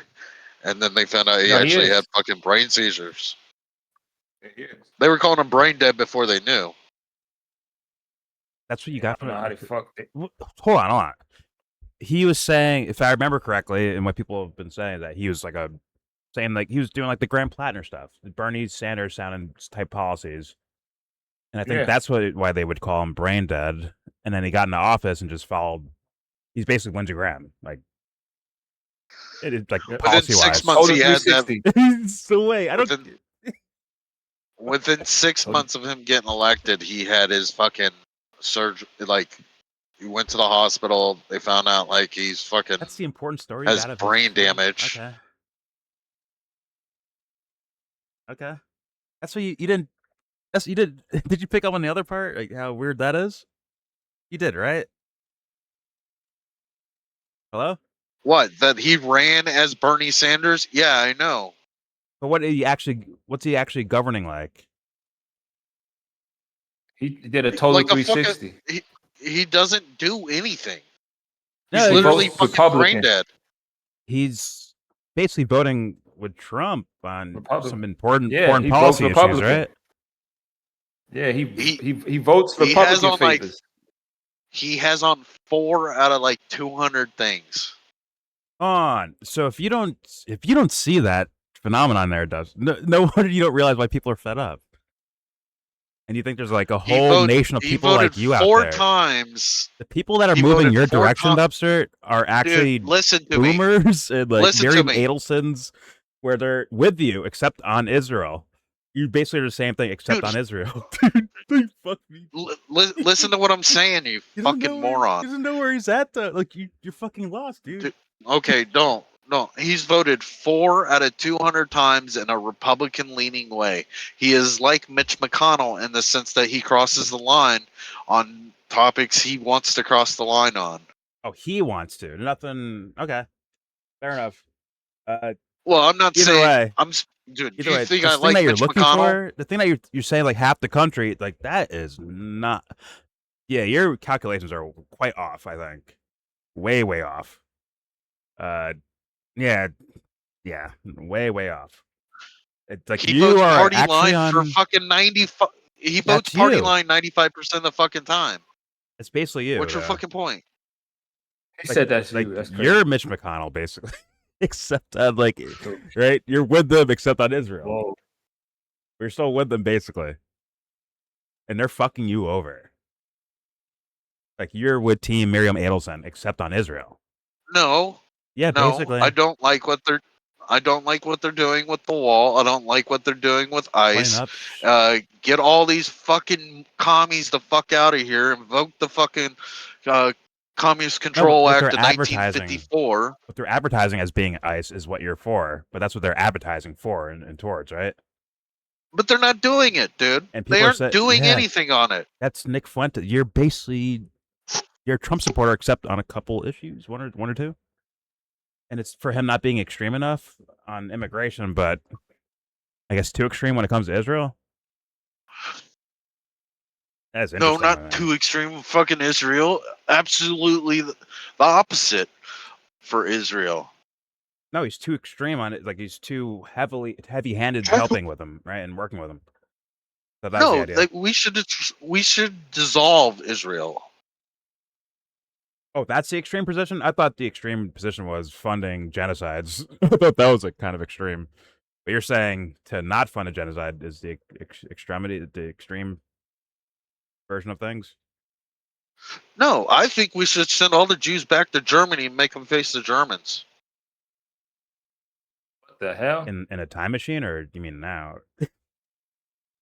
You know there are Jews in Germany right now. I would get quit now. You get what I'm actually saying. Then. You get what I'm actually saying. Saying yes. Bring them to Nazi Germany. Is what you mean, right? Go back to 1940s. Are you trying to say? Yeah. But have a concentration camp. Jesus Christ. It's like Jesus Christ. Oh, this guy likes throwing his credibility down the fucking shitter. It is what it is. Because he can't handle himself. He's allergic to himself. He gets just fucking wrecks himself like that. It's crazy. But your life, man. Your life. I can only tell you what. But don't you have to have credibility in order to throw it out? Well, he has some statements in the sense of that, right? He does. Low blow there, sus. Yeah. That's a low blow. He has credibility? Don't worry, nobody hears what she has to say anyway. I'm being like very serious. Like just very low. Oh, that's fair enough. Very low. But I try to be real about everything. I am being real. Yes. Literally, I think your because Dubster likes wrong. to weaponize people's like vulnerabilities and then throw them in their face because that's fucking sadistic. He's weird. Yeah, he's a devil worshiper. That's I know that. He's a devil worshiper. So what credibility does a devil worshiper have? From the devil herself. You think I worship you, Sebs? You're an idiot. When I hear him snivel like a child sometimes, yeah, it sounds kind of real to me. It is what it is. That's credible? Yeah, I take it as real, sounds real. Oh. Credible as in like I guess you and I have different opinions on that. Like, oh my god, high rated, needed that in my life. No, not that. But credible in the sense, like, sounds like for real. That makes sense. Yeah, it does, but I just disagree. So that's all. Fair enough. Thank you for announcing. You're welcome. I disagree. Going back on mute. Anyways, all right, moving on. Here we go. If those folks are not actually acting in accordance with what they got elected on, I think it's important for all of us to have an honest opinion about what we're going to do to make sure that our Senate looks like the people it represents. But when we talk about unkindness, I also just want to speak to the fact that on behalf of my opponent, UDP, another name for AIPAC, has been running attack ad after attack ad after attack ad on my character. Hey, how many fucking AIPACs are they? I'm raising them to be stronger than any man. My wife is a doctor, and my mother was the first tenured professor of engineering at her university. I was raised by strong women. To say as much that as every other, because I wrote an op-ed 15 years, military industry does it too. All these other they all do it. They just, kind of PR change names in a way, or give money to someone who gives money to someone who gives money to someone, and then whatever politician gets money for their campaign, or or their personal business. All of a sudden, a politician was running like a keyboard company. All of a sudden, 10,000 sold keyboards in 1 week from a random company you never heard of. Yada, yada, yada. That's my guess, at least. But all right, here we go. Her university. I was raised by strong women. To say that somehow, because I wrote an op-ed 15 years ago about First Lady Michelle Obama, or I ran against Governor Whitmer, that somehow I'm disrespecting anybody is just inconsistent with the truth. So I really think it's important for my opponent to speak to why she thinks it's okay to spend $10 million of AIPAC money coming after my character. I'd love to understand that, because I went on Twitter and I said that those comments are unkind. I'd like to see the same thing. Congresswoman, we're going to get to some questions from our audience in just a moment, but Congresswoman, I do want to give you a chance to address that civility issue that is lacking severely in American politics. Is this something that the ads that you see on television, whether you paid for them or whether someone else paid for them, do you think they're doing an injustice to voters by just filling the room with vitriol and hate and not getting to the issues? Well, look, there was something else that was revealed in the phone call that Abdul was mentioning, which is that he said that he's not going to be able to get much done, that he's not focused on policy for the first 2 years that he is in the United States Senate, that he's going to be focused on national politics. Again, Michigan needs a workhorse, and I am offering these ideas on day one. Congressman, respectfully, yes. I do want to answer the question. It's about civility. It's about civility. Transparent about what answer the question, woman. Here. And look, Abdul's a great guy. He's a great father. Only he can account for saying that Whitmer's bought and paid for, or that no one cares about Debbie Stabenow, or that Mallory McMorrow isn't smart enough. That is certainly on him to respond to, which we certainly just did hear from him on that. Can I respond? Dr. Al-Sayed, you have a quick minute here. Look, I told you at the outset that my opponent was going to make this race about me and her. But this is about you. This is about whether or not you deserve a politics of the people, by the people, and for the people, or of the corporations, by the billionaires, and for the special interests. He's trying to win, bro. In an effort to talk about civility, I just took another attack. And I just want you to ask yourself, what is it that you deserve from your politics now? Do you deserve a politician more focused on their opponent because they want to be in a seat? Or do you deserve a politics where we're all asking, how do we actually serve you best? Because that's what I'm focused on here in this debate, and been focused on for this entire 15-month campaign that we've been running on. Well, and thank you for clarifying that you didn't. Oh, sorry. For this entire 15-month campaign that we've been running on. Well, and thank you for clarifying that you didn't call me an ogre. No, again, for the record, it was Mr. What? He wasn't called an ogre. He was talking to Fetterman. He was talking about Fetterman, not you, lady. What? Anyway. That's what her words. Well, her words were saying that, right? Thank you for saying you didn't call me an ogre or something like that. But well, it's more. You should just embrace it and be like, "Yeah, I'm Fiona the ogre, bitch. What's up?" Like.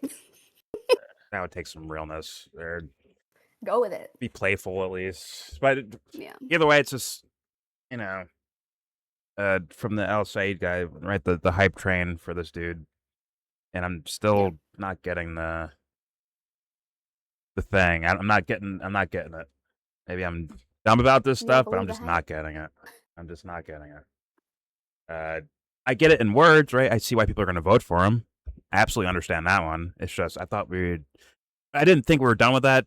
I was hoping that we'd start moving away from that and wanting more realness from people talking out loud. I don't know, anything.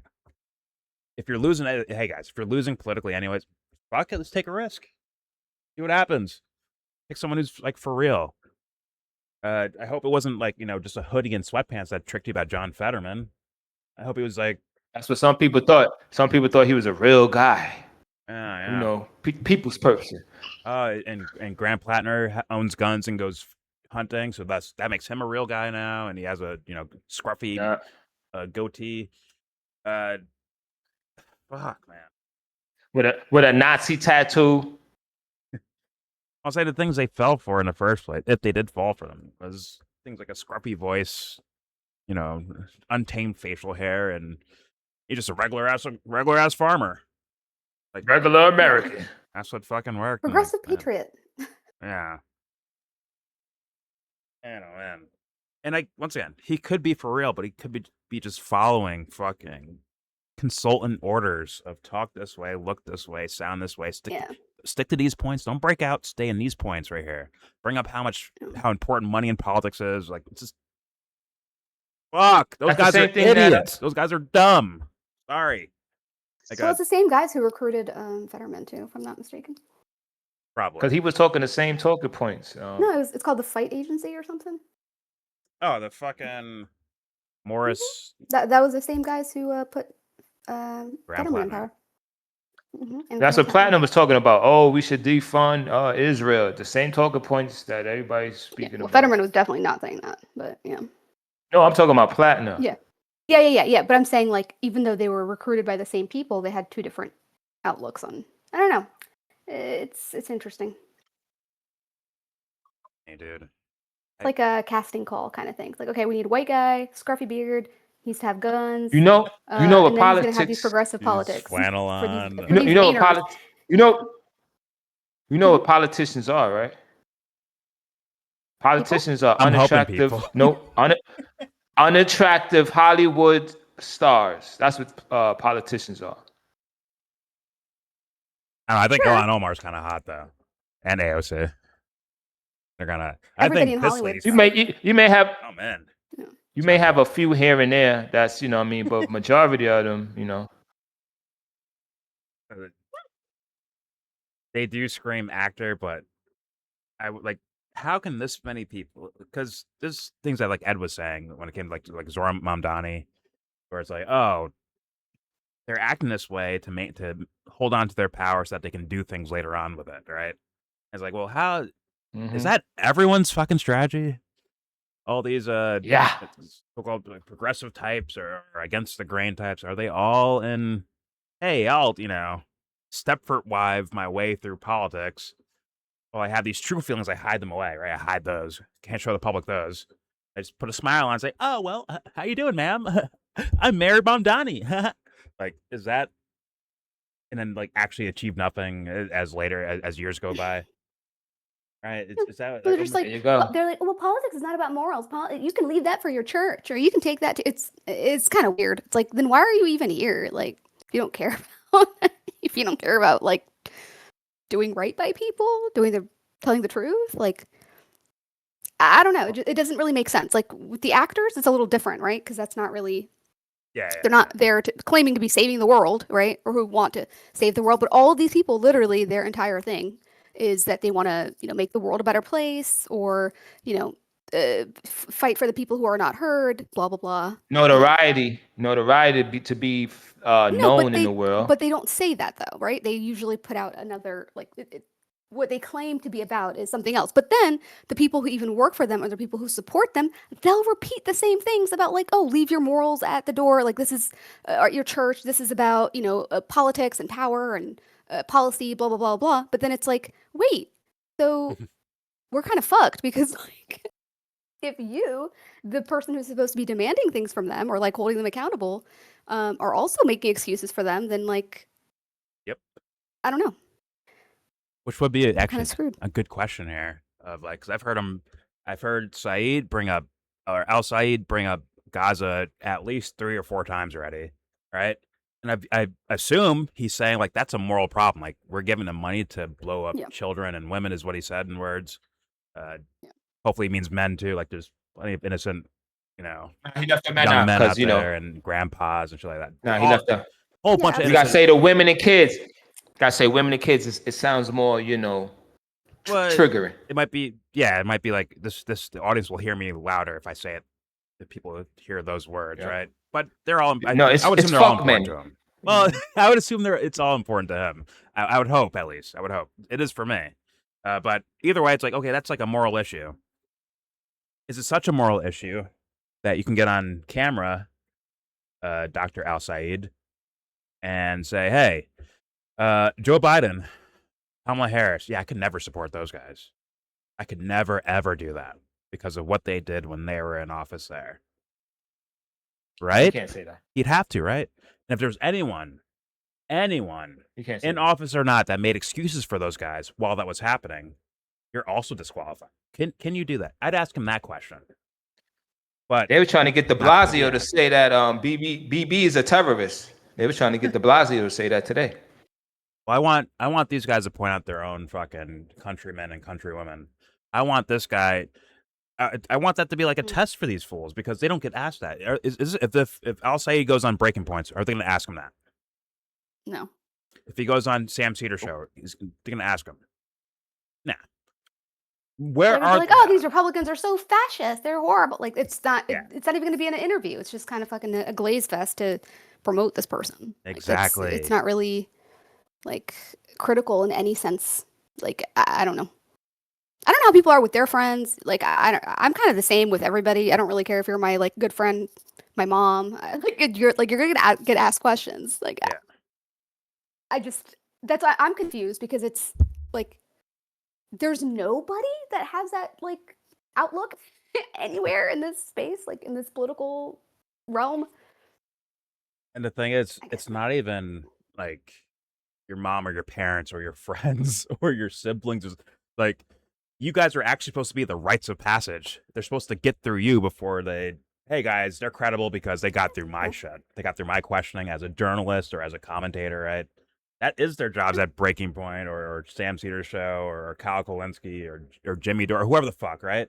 That is their jobs, essentially, right? They get paid to be kind of like, I know the negative sense go against the grain. The negative sense is gatekeeper, but what I mean is like rites of passage, as in like I'm so legit that if you make it through here, that kind of makes you look legit. But you got to actually make it through here. I mean, you have to be like the real deal. But that would still entail those people. That would be like a way of life rather than like a political thing. Unfortunately, right? Unfortunately, yes.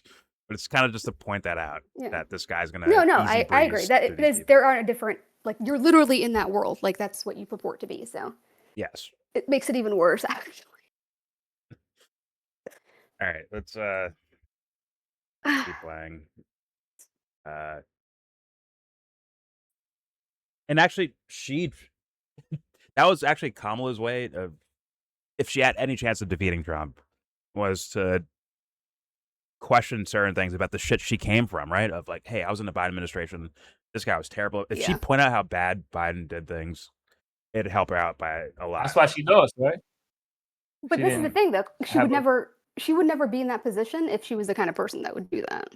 Exactly. In my opinion. Exactly. No. But if she wanted winning an election versus being for real and righteous, two different things. But if she wanted to attempt that winning, I think she would have to do that.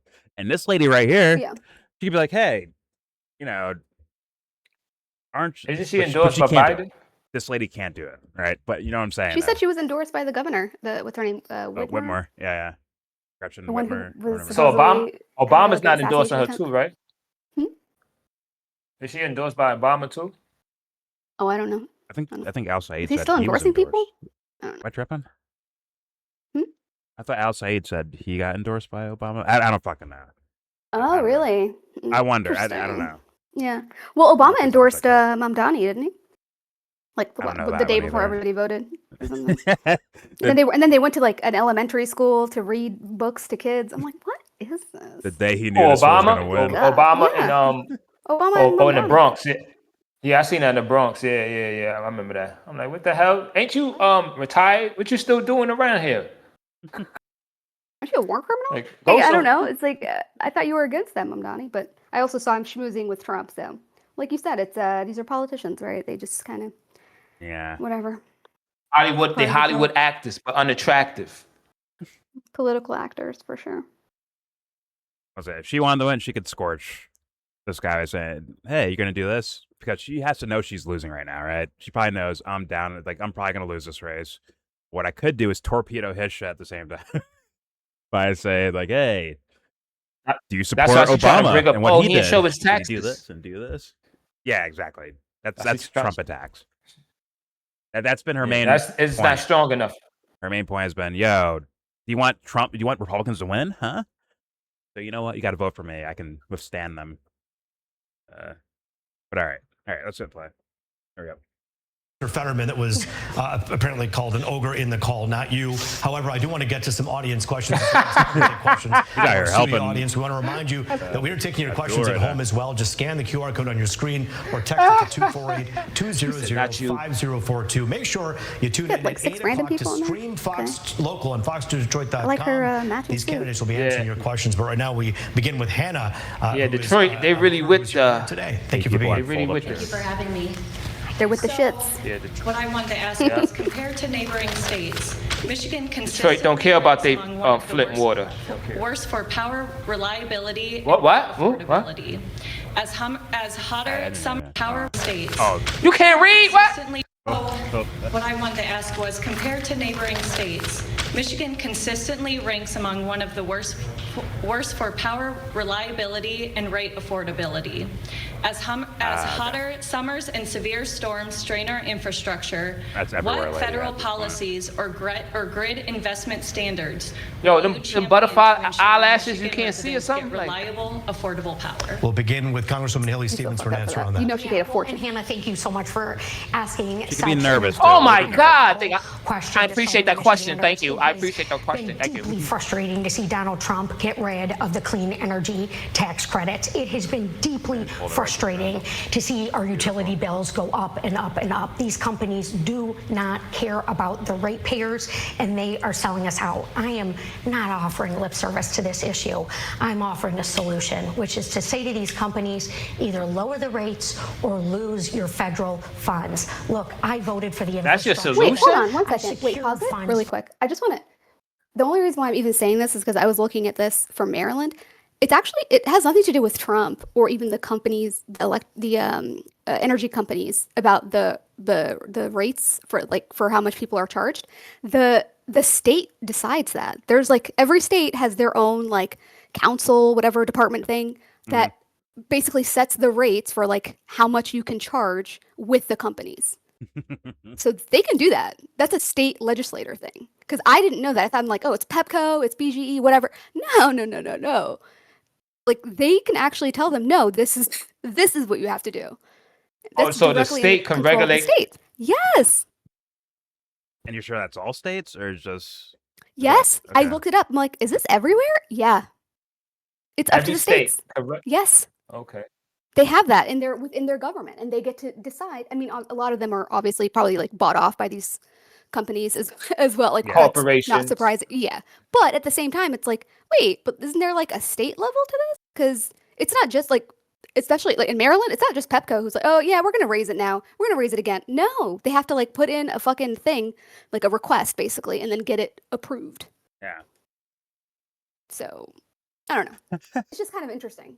If you take that, the nuances of that. But, yeah, well, if you take that and you add it to the other idea me and Dubster were saying before of if she's getting, and it's because she said it, if she is getting whatever PAC money, lobbyist money from these energy companies, right? And her threat is, hey, I won't take taxpayer money and give it to you guys anymore unless you so wait a minute.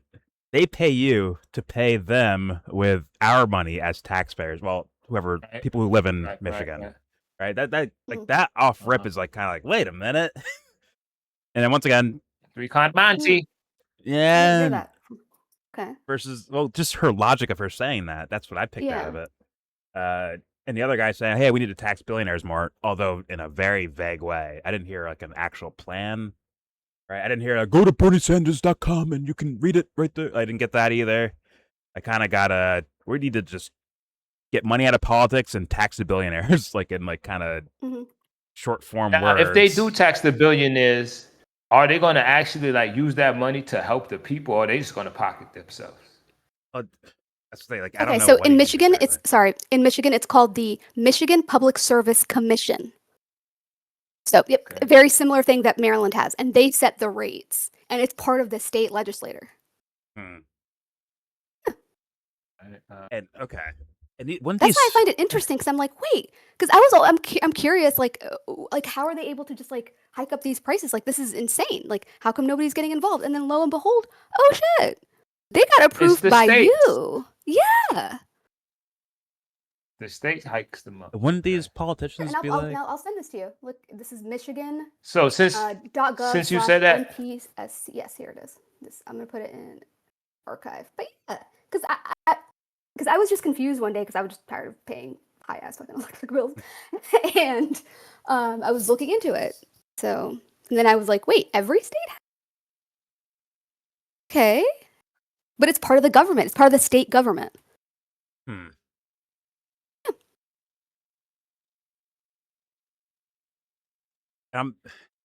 Wouldn't these guys be like, hey, these companies and, energy efficient and, hey, the summers are hotter, so you know what? More ACs are being used, so thus energy bills are going up. But, hey, it's not exactly their fault. We had, and not even just ExxonMobil energy, over even here. water, all utilities. They set yeah. through all utilities.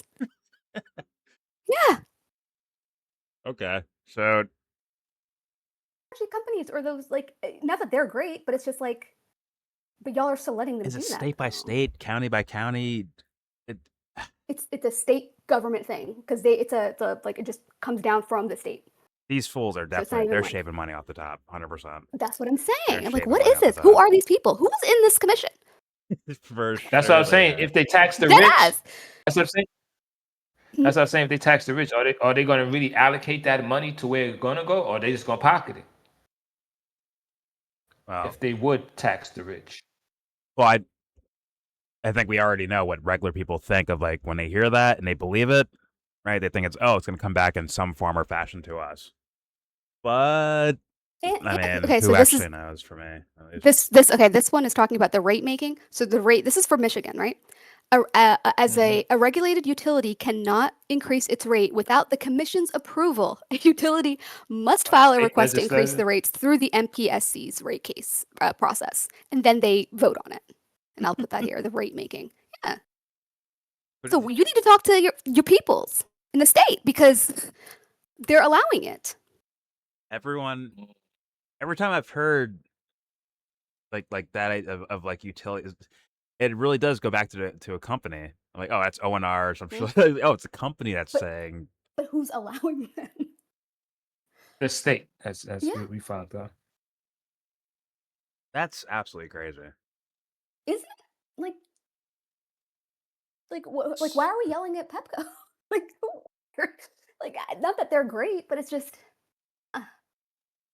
But in a way, they can kind of because bounce the blame back and paying forth, right? They're paying the politicians from the state, maybe. It's probably one of those things where it's like put them down on the archive. The two. The second one is the how the regulatory rate making thing works. So. Okay. I have a feeling where it's just like if no one notices, then don't ask, don't tell. Like it never happened. Keep that quiet. Yeah.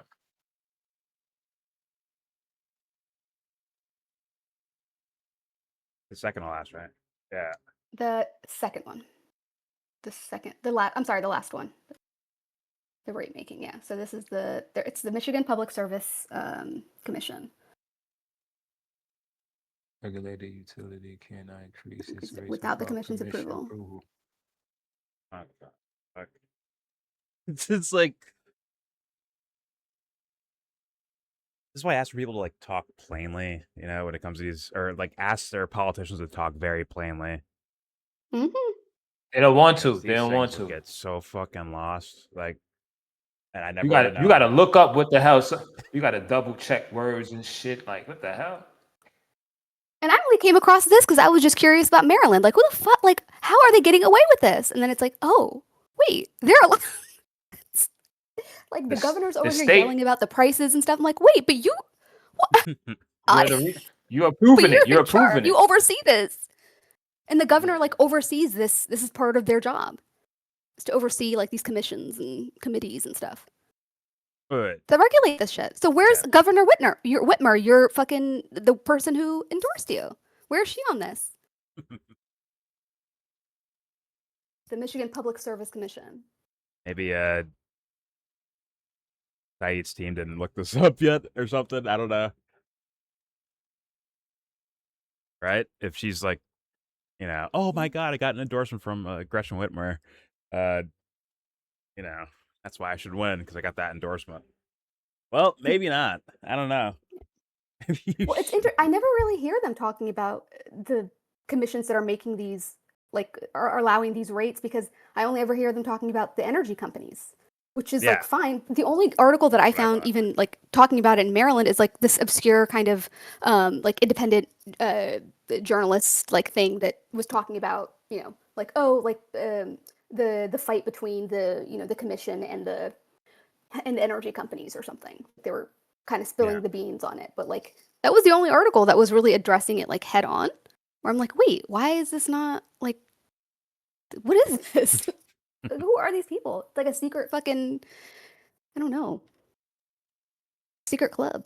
A doll within a doll within a doll within a doll within another doll. Oh my God. And the fact that they have to file every time they want to rate, like they want to hike up the rate, and you're like, okay, who are the people saying, okay, they need to lose all of these people need to lose their job, like right now. Fuck, man. It feels like I should have known that if I. Well, I'll be fair. I didn't look too hard into it, so to be fair, but still, it feels like I don't know, literally pertinent just found information. this out a couple of weeks ago, so like. Fair enough. Yeah. Okay. Yeah. Let's they are selling us out. All right. Here we go. And Trump tax credits. Got it. All right, here we go. In fact, I'm sure like that's being fucked too. Like there probably is some fucking scammy shit happening in that area too. Like it was just like probably everywhere. But all right, here we go. Energy tax credits. It has been deeply frustrating to see our utility bills go up and up and up. These companies do not care about the ratepayers, and they are selling us out. I am not. And just really quick, in New York, it's also called the New York State Public Service Commission. So it's literally that in every state. I mean, I should have just like mentally picked that out. Like, of course, they have like a regulatory thing going on, right? Otherwise, they can just charge a bazillion, you know, for everything. But then again, it's like in each other's pockets, essentially. In each other's ecosystems. Yeah. All right, here we go. Utility bills go up and up and up. These companies do not care about the ratepayers, and they are selling us out. I am not offering lip service to this issue. I'm offering a solution, which is to say to these companies, either lower the rates or lose your federal funds. Look, I voted for the allow us to lower your rates, you know, or sorry, come up with like, you know, where like the sign the offer sheet, like write a number on the piece of paper, slide it over across the desk to me. Just make it a little bit lower than last time. Oh my God. It's like a fucking comedy sketch. What the fuck? All right, here we go. Either lower the rates or lose your federal funds. Look, I voted for the infrastructure bill. I secured funds for us back here in Michigan. I want to do more of that, passing the largest climate bill in the history of this country. Donald Trump's trying to erase it. We need a science-forward agenda, delivering for us, meeting the moment for who our families are, what our children deserve, and that's why I'm voting for United States Senate. Hannah, we have an answer. Stop smiling as well.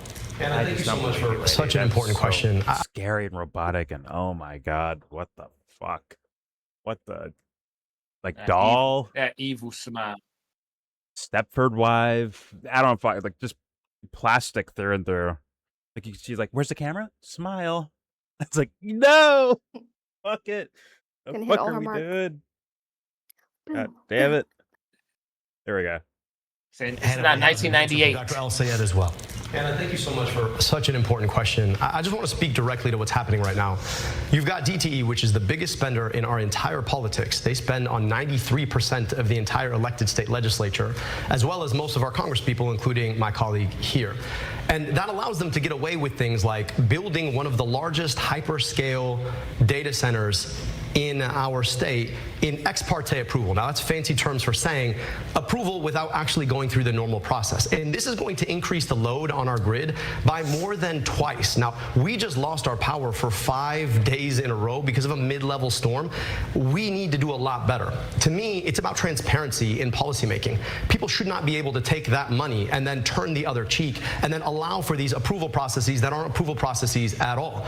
I still have yet to see a plan from DTE about how they're going to improve our reliability while doubling, more so, the amount of electricity they're expected to provide for a data center that nobody asked for. I put out a terms of engagement because these data centers, that was one of 15 that proposed last year alone. We need to be serious about the incoming threat that's going to make all of this so much worse. Thank you both, and thank you, Hannah, for your question. I want to address both of the candidates, and by the way, we are going to get to some text message questions as well from all of you at home. But I want to talk specifically about your campaigns. And I think it's noteworthy that one of the reasons we're doing this debate is to contrast the two of you, where you stand on so many issues, but also on how you go about doing your business, how you campaign. Dr. El-Sayed, I'll begin with you. The Democratic Socialists of America have not made an endorsement in this particular race. But when you go to our rally, and we've covered so many of them are from that organization. Who are you when it comes to your political stripes? Many people call you progressive. Some have accused you of being a socialist. Not that that's a bad word, but people have said that about you. Where do you stand on your politics? How would you describe your politics? Roop, I'm a doctor and a scientist. I want policy solutions that actually map to the problems that we face. My governing experience is rebuilding a health department in the city of Detroit, leading Wayne County's Department of Health, Human and Veteran Services. We had to go in there and work with a diverse community to be asking, what are the challenges we face and how do we actually solve them? We were able to identify the fact that our county ranked the number 8 for medical debt nationwide, and we could eliminate that for a penny on the dollar. So we set aside $7 million to erase up to $700 million in medical debt. When kids couldn't get glasses, 30% of them would get tested positive for needing glasses and wouldn't get a pair. We put optometrists on vans outside of schools so that as soon as a kid got a positive test, they go out, get a full optometric exam, and get a pair of glasses delivered within 2 weeks of a vision test. Now, working with a... Stop robbing billionaires, man. It's robbery. Cool. I like that. Anyways. Well... I seen that in New York a few times. I don't need his fucking bragging points. I need him to fucking mean it. That's all. Oh no, I just mean like I like that the idea of doing that. Yeah. No, I've seen that in New York. I seen that. Mm-hmm. Make people sure no one's waiting online getting their eyes checked. Keeping it just be for real. That's all. Even if you fuck up, just be for real. That's all. It's not me saying I agree with any policies here or there. Just be for real. Because I see what people are gonna. When people hear this, they're gonna be like, "Oh my God, we could do this."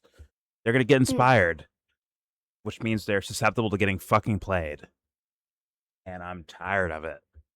Too late in the game. Let's not get fucking played anymore, guys. Yeah, I agree. If he blinks, he fucking twitches one little fucking inch at all, you get him the fuck out of there immediately. Say, it's sorry, too risky, doctor. You're out. Next. Scientists, Dr. Scientists. Whatever he is. If he flinches once, get him the fuck out immediately. And apply it to everyone else too. That's all. But there's too much to ask for, apparently. All right, here we go. Diverse community of people, you come to realize that not every solution fits the same way. Thinking about a solution in the right way. When it comes to the question of socialism, by the way, hold on. The last thing I want to say really quick, just about the electricity thing. In those commissions, it's actually the governor who appoints the commissioners. Yeah, I heard you say that. Oh no, wait. Okay, cool. No, I thought you said it was my bad. Okay, I thought you said the governor was the one who approved it, saying like Like the final they're the ones. They oversee them, but they're the ones who appoint them as well. Okay. Like when they come into office. So it's like a governor appointed situation. Okay. So it's not the state legislature. And if anybody wants to, and here's all of the commissioners of Michigan. I'll put them in the archive. If people from Michigan want to check it out, y'all want to hit up what's his name? The chair is Dan Scripps, appointed by Governor Whitmer. So maybe you could need to talk to Dan Scripps and Shaquilla Myers and Catherine, whoever the fuck. So anyway, go ahead. Like Ed with the county judges. County judges, man, let me tell you. All right. I mean, they're the ones deciding on your price for your fucking electricity. Some fuckers, probably dweebs. But, all right. Here we go. Or some, actually, to be fair, it could be some quote unquote scientist in the sense of like, well, listen, guys, based on energy output and this and that, that's why we're charging you this much money without thinking about, I don't know, global warming, human life, climate change, whatever. But all right, what's up? Here we go. Diverse community of people, you come to realize that not every solution fits the same way. You've got to be thinking about a solution in the right way. When it comes to the question of socialism, I'm not a socialist. I'm just a capitalist who understands how capitalism works. The biggest threat to capitalism was the idea of government regulation. It was always monopoly. I want you to think about the stuff that you have to buy, whether it's your groceries in the number of stores you can go to, or it's buying a flight to see your grandmother, or it's picking a phone or a phone provider. You have like 2 or 3 options, and that shouldn't be legal, but that's the way our economy works right now. So I think government ought to be there to regulate on monopolies and oligopolies so that everybody can actually participate in an economy without having to be forced to pay more or get paid less for the work they do. Congresswoman Stevens. What's funny is that's probably what Dubster would want to hear, but he'd also say no to this because it's the wrong person, right? It's the wrong team or something. But what would government? You got to be on the right side. What would government intervention mean there, though? Well, once again, he's been saying bland words the entire time of like, get money out of politics and tax billionaires. I can see mentally how that could apply, but that's people writing their own stories versus like what is his full-blown, straight-up policy. And yes, you can make that in short order. You can say those words in short order, but I mean, he's saying AT&T, T-Mobile, you gotta AT&T, T-Mobile. You gotta use it right. Like where it's gonna go, and make sure people use it for what's supposed to be used. Yeah, but but he's saying AT&T, T-Mobile, and Verizon are teaming up, so the government needs to stop that. Like that's what he just. Well, I think it's kind of, in a way implying that hey, our media. Let's be real. Media is doing that, right? And your phone. But what does that mean? But then you want then he's saying that He's saying that it's not. We'd rather the government be in control of all of it. I mean, I don't. What's his proposal exactly? They wonder why scamming is up. Actually, what he's saying is actually what Dubster would say about like it's basically anti-monopoly is what he's talking about right there. No, he said we need the government. He's saying the government needs to step in and regulate it. No, I think what I think he is saying a Dubster answer. Get the government out of it. No, he literally just said the government needs to step in to regulate the monopolies because there's only 2 or 3 choices. Really? For the economy. I thought he was implying. He literally just said that, like verbatim. You can scroll back. I thought he was saying, well, monopolies are already regulated, but I thought he was saying, bro, he said that right now we need to stop how the way our economy works. There's only 2 or 3 choices for AT&T, T-Mobile, Verizon. So we need the government to step in to regulate that, so everybody can have a fair shot. Was what he just said. Really? I could have read that as okay. I'll play it again, but I could have read that as he's saying, hey. We need to stop just giving extra support towards a few amount of companies to help them out to become the giants versus I don't know. I don't know. Which is what that'd be Dubster's answer, right? Yeah, rewind it. Rewind it. All right, here we go. It's the same way. You've got to be thinking about a solution in the right way. When it comes to the question of socialism, I'm not a socialist. I'm just a capitalist who understands how capitalism works. The biggest threat to capitalism was never the idea of government regulation. It was always monopoly. I want you to think about the stuff that you have to buy, whether it's your groceries and the number of stores you can go to, or it's buying a flight to see your grandmother, or it's picking a phone or a phone provider. You have like 2 or 3 options, and that shouldn't be legal, but that's the way our economy works right now. So I think government ought to be there to regulate on monopolies and oligopolies so that everybody can actually participate in an economy without having to be forced to pay more or get paid less for the work. So what does that mean? What does that mean? Literally, what the fuck does that even mean? I don't know exactly. Yeah, well, based on the things that he was saying before, like leading up to that, because those words can be interpreted like regulating them, but regulating on them, and he was specifically talking about pro-capitalist, monopolies and too few choices. Traditionally, companies, AT&T has been broken up before. Right. Like they were one big company, broke them up to a bunch, and when they were consolidating over and over, they would get stopped. But during some governments, they would say, okay, yeah, you can merge, and so this would happen over and over, like as a cycle. So, and what's kind of like how CBS. It's kind of like how CBS went to like Turner, like for TNT and everything. Like there was a big merger. Like that's kind of how it works. But what this fucking guy's saying is, you know what? That's bad, and that shouldn't be legal. We need the government to control that. That's literally what he just fucking said. So what does he mean by that? They become monopolies like that. I think they're already in the regulation almost of that. Yeah. And they're already they're benefiting off the backs of the companies as well, like the government just as much. So the idea that the government. What is his idea of government regulation that's on this? Like, I don't know. Okay, you have to like limit the amount of like people that can sign up for Verizon.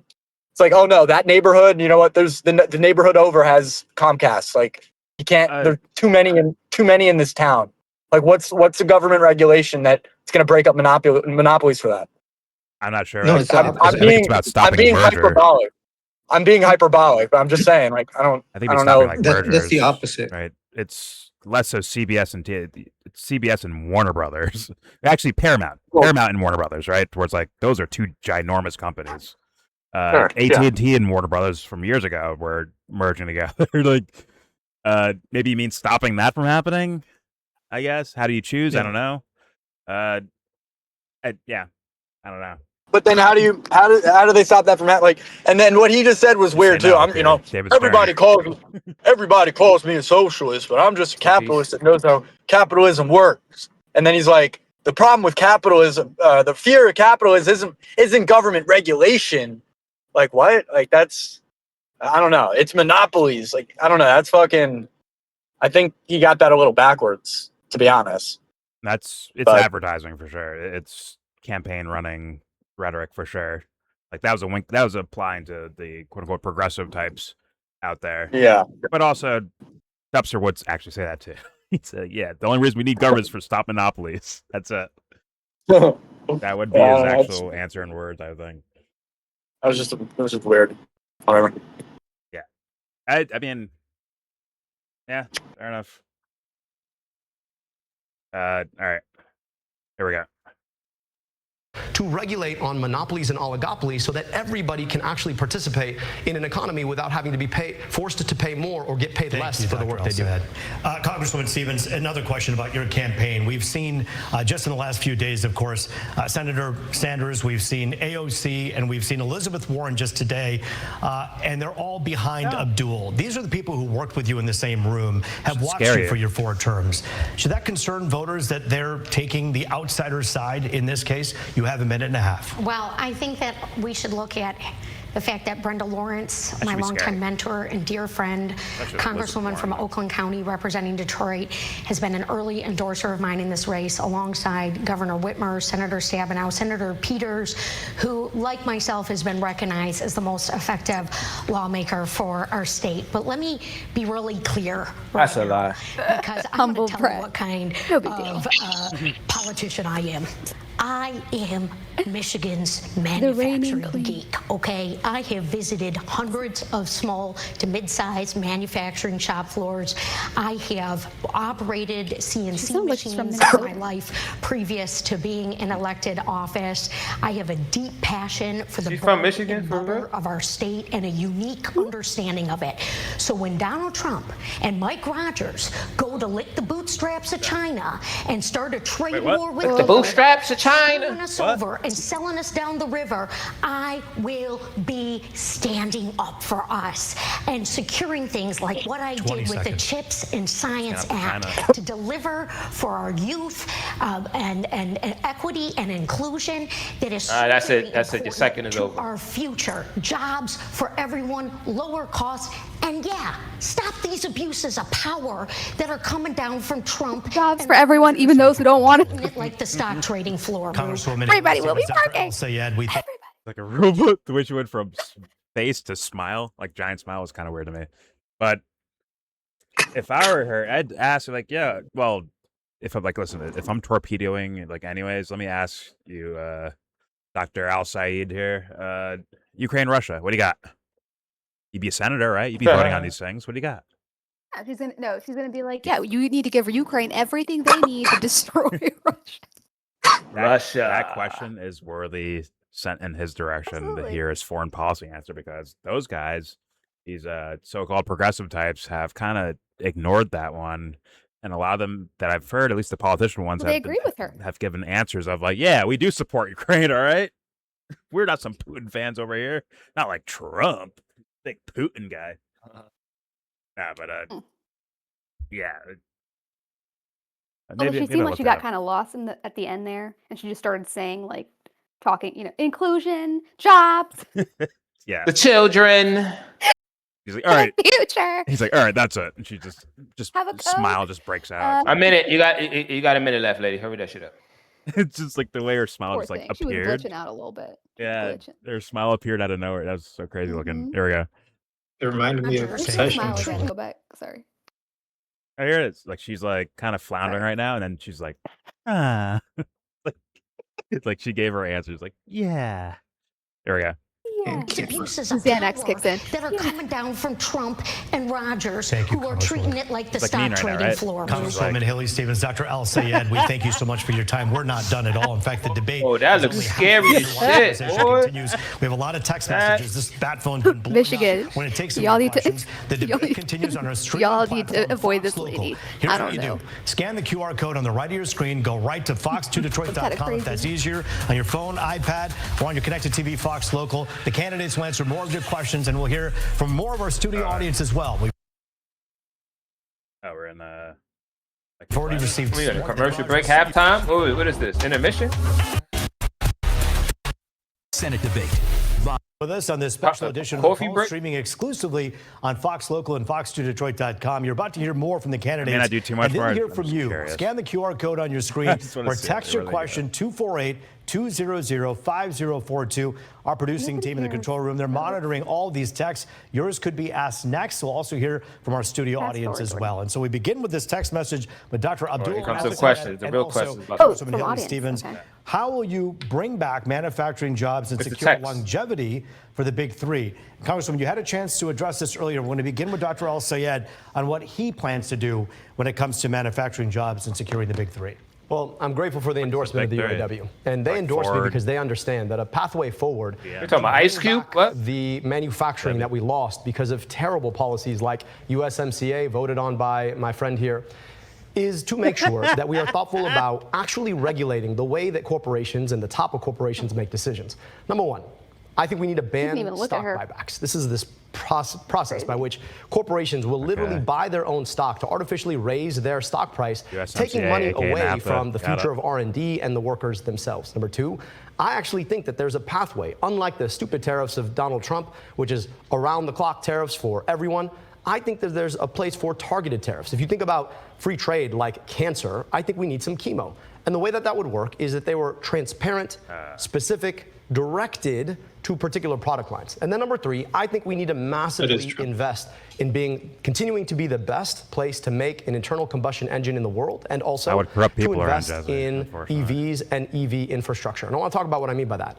I don't believe in a mandate, but what I do believe is that you should be able to buy a $25,000, 300-mile range car brought to you by the big three. Why? Because that's the way that we're going to be able to create a product line that can compete all over the world with the kinds of cars that China is now manufacturing and eating our lunch on. But that means we have to invest in workers, and that really is the most important piece here. The UAW. I'm not talking. That's the American automotive. This is weird. We need to be invested in them. What was it? UAW? $25,000 car, bro. That's expensive. Who the fuck can afford that, dude? What? That's fucking expensive, bro. I think you're saying $25,000 car that you can. I mean, no, he's saying that it should be available. No, he just said it should be. That's what we need in our economy to compete with China's economy. That's what he just said. Well, I think kind of, yeah. And that's $25,000. Bro, what person has $25,000 out of pocket? What person has $25,000 out of pocket? Maybe I'm reading too much into this, but I swear I'm hearing something different than we're hearing. Like it's that's like what I heard. Like he just said it sounded high to me, but it's actually. He just said. Yeah. He just said we need 25, 30 mile per gallon cars available in our market because China does. That's what he just said, bro. Yeah. But I thought he's saying like people can buy those cars, not just have them. No, he's saying we need that. No, he's saying that's the problem in our country. We need that because that's how we need. That's if we don't have that, we can't compete with China's economy. That's what he just said. But how do you get rid of those cars? You just make $25,000 cars and just say, all right, you take one, now you take one, now you like. How do you? That's what I'm saying. $25,000 car, bro. He's not saying purchase. That's a fucking 10-year. That's a 10-year loan, bro. You don't own the car. You'll never own the car. Them, right? Okay. Well, yeah, he's saying that we need that available in our economy. We need to be able to have that within our market economy because China does, and if we don't, we can't compete with them. That's exactly what he just said. Okay. I thought he was saying like, hey, $25,000 is more affordable. I mean, yeah, I guess it's what he's implying, but it's like he's just you go rewind it and listen to him again. Okay, but all right. I heard that too, and it sounds really expensive to me.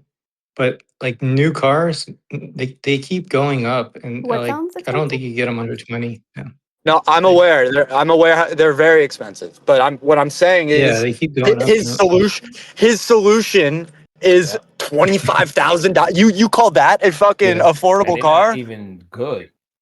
If you play with wages, then that would be just like people buying like Camaros, whatever amount of years ago, or paying for college, whatever amount of years ago. Where like, if you use inflation. Sure, the number goes higher, but so does if the wages keep pace with that, then they'd be able to afford it like usual, right? Well, no, dude. The point is right now, what Jesse just said, like, yeah, basically any drivable fucking car that is like new, you're looking at minimum 20 grand, and then it's going to be in 30, 40 grand by you count in financing, I think. Just off of that. So then $25,000. You're auditing bad. Just plan for that. Like just have it available people. Whatever, bro. It's just fucking it's just not that's a weird selling point. It's like, hey, we're selling to the poor people. But this is the let's say poor people is a $25,000 car. Okay, so you're saying you want to make it more average. China can make cars for like a few thousand, right? Like, or India too, I think. Like just a few $1,000. And if you were to bring them over, they would not be legal here. They're just not, like, they don't have all of the standards that they have. So we have like That's not tracking even like necessarily. crazy, all these computers. The reason why they're able to, the reason why China is able to sell them for so much less is because of the labor. They have a very deregulated labor, where they can pay people nothing, to do a lot of work. So it's not even necessarily because like they're not up to standard or whatever. I mean, they're making fine cars. There's plenty of people driving Chinese cars in Africa and shit. It's just I'm not saying but it's low again, but it's quality, like though. I think it's the By saying because there's also I think I wouldn't I'm see it not as saying any like different than as a Korean. I wouldn't see it any different than a Hyundai or something. It's just America doesn't want them here, right? What, the Honda? They don't want Hondas here? Crazy. No, the Chinese cars. I'm talking about Chinese cars. cars. Oh, the Chinese. Oh, I drive But no, but what I'm saying is like the reason why they're able to sell it for so much less is because literally they have their labor is very deregulated. That's why all these companies from the U.S. like to have their manufacturing there because they don't have to pay as much, right? Like that's the thing. Well, could he be like as well? Could he be saying something like, "Hey, Ford, stop focusing on these fucking Raptors and F-150s. Make regular fucking cars that people can afford over here instead of making these giant super That's gas trucks affordable." So are you saying so? I wonder if that's what he's asking. A $25,000 affordable. The $25,000 is his affordable option. So stupid. Yeah, but I thought you guys were just saying that 20,000 is what their cheap cars are. Yeah, that's what we got. No, that's what we already got. Is what I'm saying. That's like what we already got. Is Ford doing that now? Ford's doing It's that like now? what? So like what? I don't think so. Is Ford Bro, doing go look in Ford's website. Like I don't think so. Go look at like a Ford Maybe Focus. used. Go look at like a Ford brand Focus. new one. The Chinese I fucking hate EVs, Ford like Focuses. Their cars suck ass. That's probably a big reason why no one wants their car. I've worked on Ford Focus. They're fucking terrible. Jesus Christ. They're getting worse. You a mechanic? I'm not a mechanic. But Yeah, bro, there's like 40 grand. Exactly. That's like 40 grand. Okay. A Ford Focus is 40 grand? Brand new? Nah, dude. I mean, MSRP, RS. I don't know what I'm just looking on Google. Cars are expensive as fuck now. Are you kidding me? Yeah, I don't know. I don't know. That People doesn't out here work. buying like $40,000 cars like they're made of money. It's actually kind of crazy. For that or piece they'll of even shit, just like it's lease 40K. it. Like leasing a car is the craziest thing. Bro, the point is 40,000. You seen the new? The point is, if it's $25,000, that's still not affordable, and it's also not like in like rural Illinois, bro. Like people can't afford gas, let alone a $25,000 car, and then payments for a $25,000 car. So yeah, I don't know. It's just not realistic. I mean, I have answers, but I'm sure people. Once again, what people are going to hear is, why not? That's what their brain's going to tell. Their logic is going to tell them, like, why not? Fuck it, let's try it. If you're like upper middle class and you hear like $25,000 car, you're like, oh, you know what? Yeah, he's really trying to give a good option. But like if you're actually, someone who fucking needs a car, like that's fucking bullshit, bro. Someone who can barely pay for gas to get to and from work. But someone who like needs, the car's falling apart. Okay, but someone who needs a car, 25,000. Someone who needs a car is gonna be like, fuck it, why not? It's like we're losing anyway, so we'll take someone who at least gives us lip service to sound like he's trying something. So they'll probably do that most likely. They'll say fuck it. Say fuck it, I'll go with that guy because no one's actually trying over it. His opponent is. Yeah, and then they take it. Then they take a bank. She ain't trying. I like this guy. I picked this guy. They take out a bank loan and then they're paying payments for 10 years. Like and her hair. 100,000 miles on it, and then they've never owned it. They have to get a new car. Stop commenting on her appearance. Yeah, they might get fucked. But but they know they're getting fucked with her. They already. But know that's that. how. Like we know we're getting fucked with her. That's how people pick certain things, and it's one. That's the Trump phenomenon. It's like, why not? Things suck ass. Fuck it. Go with this guy and see what happens. Roll the dice. I don't know. And her hair is fine. What's wrong with her hair? Shitty proposal. No, I'm just saying, like, That some wasn't even a people, proposal. that's I how don't even know his fucking actual. No, policy. from You don't him. like the middle part? From him. I mean, it's basically. I was I just don't know his making like actual a policy. point. Just saying words out loud to me at this point. Right? I have to like look Certain- into his website. certain and- people. A side part might be cute for her. She's got like I a don't know, cartoon dude. face. Like I don't know his policy. Like I'd have to like look into his policy. I don't fucking know it, to be honest with you. I was looking more for something All good. else. I was looking for this idea of authenticity. Unfortunately, it's missing. Because some people judge people on how they look, on their outer appearance, before they even hear them speak. They're prejudging. And a lot of people, yeah. Oh yeah, I don't want to say Happens. most, but probably that most. happens for sure sometimes. Probably most people do that for sure. Anyways, all right, let's keep playing. Getting spicy. I like it. Keep playing this. Aha! Here we go. Says they're in Detroit. Talk about what I mean by that. I don't believe in a mandate. Intel What I cars. do believe is that you should be able to buy a $25,000, 300-mile range car brought to you by the big three. Why? Because that's the way that we're going to be able to create a product line that can compete all over the world with the kinds of cars that China is now manufacturing and eating our lunch on. But that means we have to invest in workers, and that really is the most important piece here. The UAW has But built the American automotive China definitely industry. does not We invest need to in be their invested in them. workers. We need to make sure that we continue to have the best manufacturing and engineering talent in the world. And that means ending the restriction that we've seen. What is the big three? What companies are those?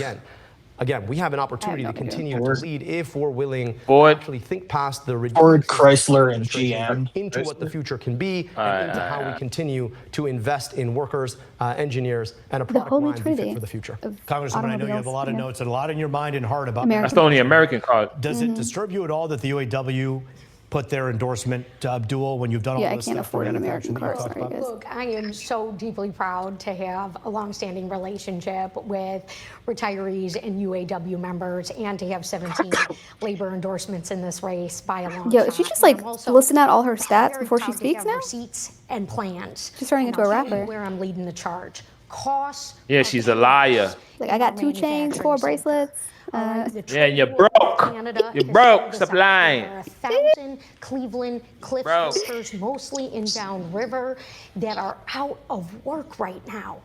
You know, Mike Rogers wants to rubber stamp all of this. Why you keep bringing that man's name up? November is 50-50. If he call you an ogre, you're gonna be mad. Paul, he wants to run against Abdul. He knows that I passed bipartisan wins for Michigan. Black woman, why you not paying attention to her? To lessen our dependence on China. That I Get out want your to phone. do that with critical minerals, which will lower costs and create jobs and Look up. Get out your phone. propel us as a manufacturing Pay hub. attention. And look, Rope, I was deeply proud to play a role in the Obama administration. Nah, she on The her other one phone. knows where the camera is. She's like, yeah, I'm right here. On the What's line, up? Particularly Yeah, General she on Motors. Instagram on her phone scrolling like, this bitch is boring. Manufacturing jobs across our state. That was a long time ago, but it was policy that worked. We cannot take for granted that this incredible state of ours, Michigan, is just what's the one time of limit, a man? Come handful on. left in the country She gonna know whose the time central limit. economy, all the jobs. It's an incredible state of ours, Time. Michigan. Like, yeah, we fucking represent. I'm going to be the champion for that in the United States Senate. Yeah, that's the and I Motor will City, work man. Did they fix the water yet? The home of Motown. That's the home of for Motown. us. You know, one of the things and one of the reasons we wanted this debate to happen right now, just hardly a week away from the big election, is because people don't always understand the differences between the two of you. Some of them are clear, some of them are not. So I'm going to ask you a question that is really mirrored in this text message from one of our Fox 2 viewers. And I think this is really a poignant question. Dr. El-Sayed, I'll begin with you. What is the number one thing Senate Democrats are failing to do right now that you would do differently? Well, number one, I just think the filibuster itself is anti-democratic. And we had an opportunity to break the filibuster. Now, let me just talk about what the filibuster is. The filibuster is the process by which all of the Senate can hide behind one senator who wants to filibuster, which requires a 60-vote threshold to break. And that means that you need 60 votes to pass something when it really should just be the majority number of votes. I oppose the filibuster. I think the filibuster has been anti-democratic for a lot of reasons. And once you get past that, we have the opportunity to get money out of politics to take on Citizens United. We have the opportunity to put money back in pockets by doing things like passing the PRO Act to stand with unions like the UAW who've endorsed us. We have the opportunity to start changing and enforcing our antitrust policies so a few corporations can't pick your pocket at every turn.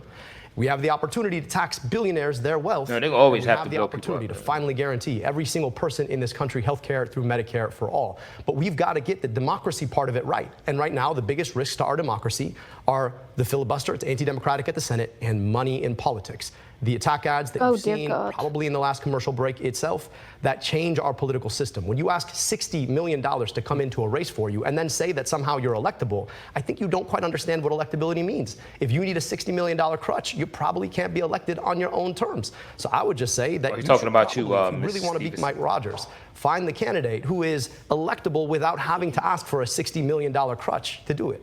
Congresswoman? Or, hey, let's vote for people that don't blow other people up. We start there. Pretty easy and simple. Anyways. The filibuster, that's what's the most important. Come in here from the coast to campaign alongside Abdul. I get it. And I think one of the things they are really missing You rehearsed the crap out of that speech. In Michigan. That's why when he's done, he did that little smile. Of what makes our state tick. I'm tired of the technicalities go of visit things. Like, a small business. Go and talk to a black-owned business. Because they don't want people to. They don't want people to figure. Oh, so you rather certain. But everywhere I understand where you're coming from. In Michigan, I have taken the time to real simple. a minority-owned business. I want to see my bill that would take an investment capital structure into black-owned businesses. So things like what we have on the what? Would you say black? Which is a national best practice that we can do help you. in Saginaw and Muskegon Detroit, and Lansing. There's so much great economic development happening here, but our tax code and our tax dollars can be a pool boy. aren't working for us. It's a black-owned business right there. I have staked such a big part of my campaign on hope and equity. You're not coming in my house. Just quit politics, Negro. Equal investment. I have fought to bring these dollars into Pontiac, Never and do I'm politics darn ever proud again. of it. You know, for the bridge and for youth recreation, we need to continue to do that across the state. And the people who aren't from here, who are so eager to campaign here, they should really come and spend some time with the residents and the people who I'm hearing from each and every single day. Look, there's a lot to be proud of for Michigan. There's so much we could be doing to do more for folks. It's no offense, sir. I'm just like half ignoring, not even ignoring. I'm just like my attention didn't keep up with her. I'm just like I already feel like I know what I'm getting. The other guy's a little bit more fascinating. Al Saeed sounds a little bit more fascinating because not so much because oh my god, these ideas, these are what people want to hear. It's more so it sounds like Crystal Kyle and friends. And that's the thing where it's like. So who's Kyle? Who's Tristan? Well, Kyle Kulinski, Crystal Ball. Yeah, which one is who? And friends. No, I'm just saying, like, he sounds like that. Al Saeed sounds like that. Okay. And it's just like, if you were just some guy organically moving throughout life, it feels like I would get a peep of that. But I'm hearing repeated talking points, just like his opponent's fucking doing. Repeated talking points just from different teams. And that fucking hurts my feelings. Especially when, desperate for authenticity in the world of politics. Desperate for it. For a guy, like you said before, a guy with a Nazi tattoo and some fucking, scruffy voice and some dirty facial hair is like, oh my god, that's unique. Or a bald dude with sweatpants and a hoodie on, like, oh my god, that's unique. They're so unique. They're so against. I thought Fetterman. They're against the grain. I thought Fetterman was like a retired UFC fighter. I was like, who is this guy? Fuck man. But no, it's just like that's what they view as, which means that says something about their authenticity, doesn't it? Doesn't it? Yeah. It says a lot. They're not in touch with the people. They're really not in touch with the people. They're not in touch with themselves. If they think a sweatpants and hoodie means you're good, yeah, this guy should win. If the imagery gets you right there, then we're fucked. We are fucked, and they're showcasing. Remember what I said?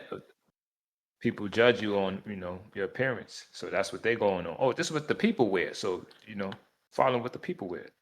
Yeah. It's deeper than that. What's your upbringing? Potentially. It's just sad to hear someone just repeat shit. Right? Once again. No, it literally sounds like the shit that they all say all the time. Money out of politics.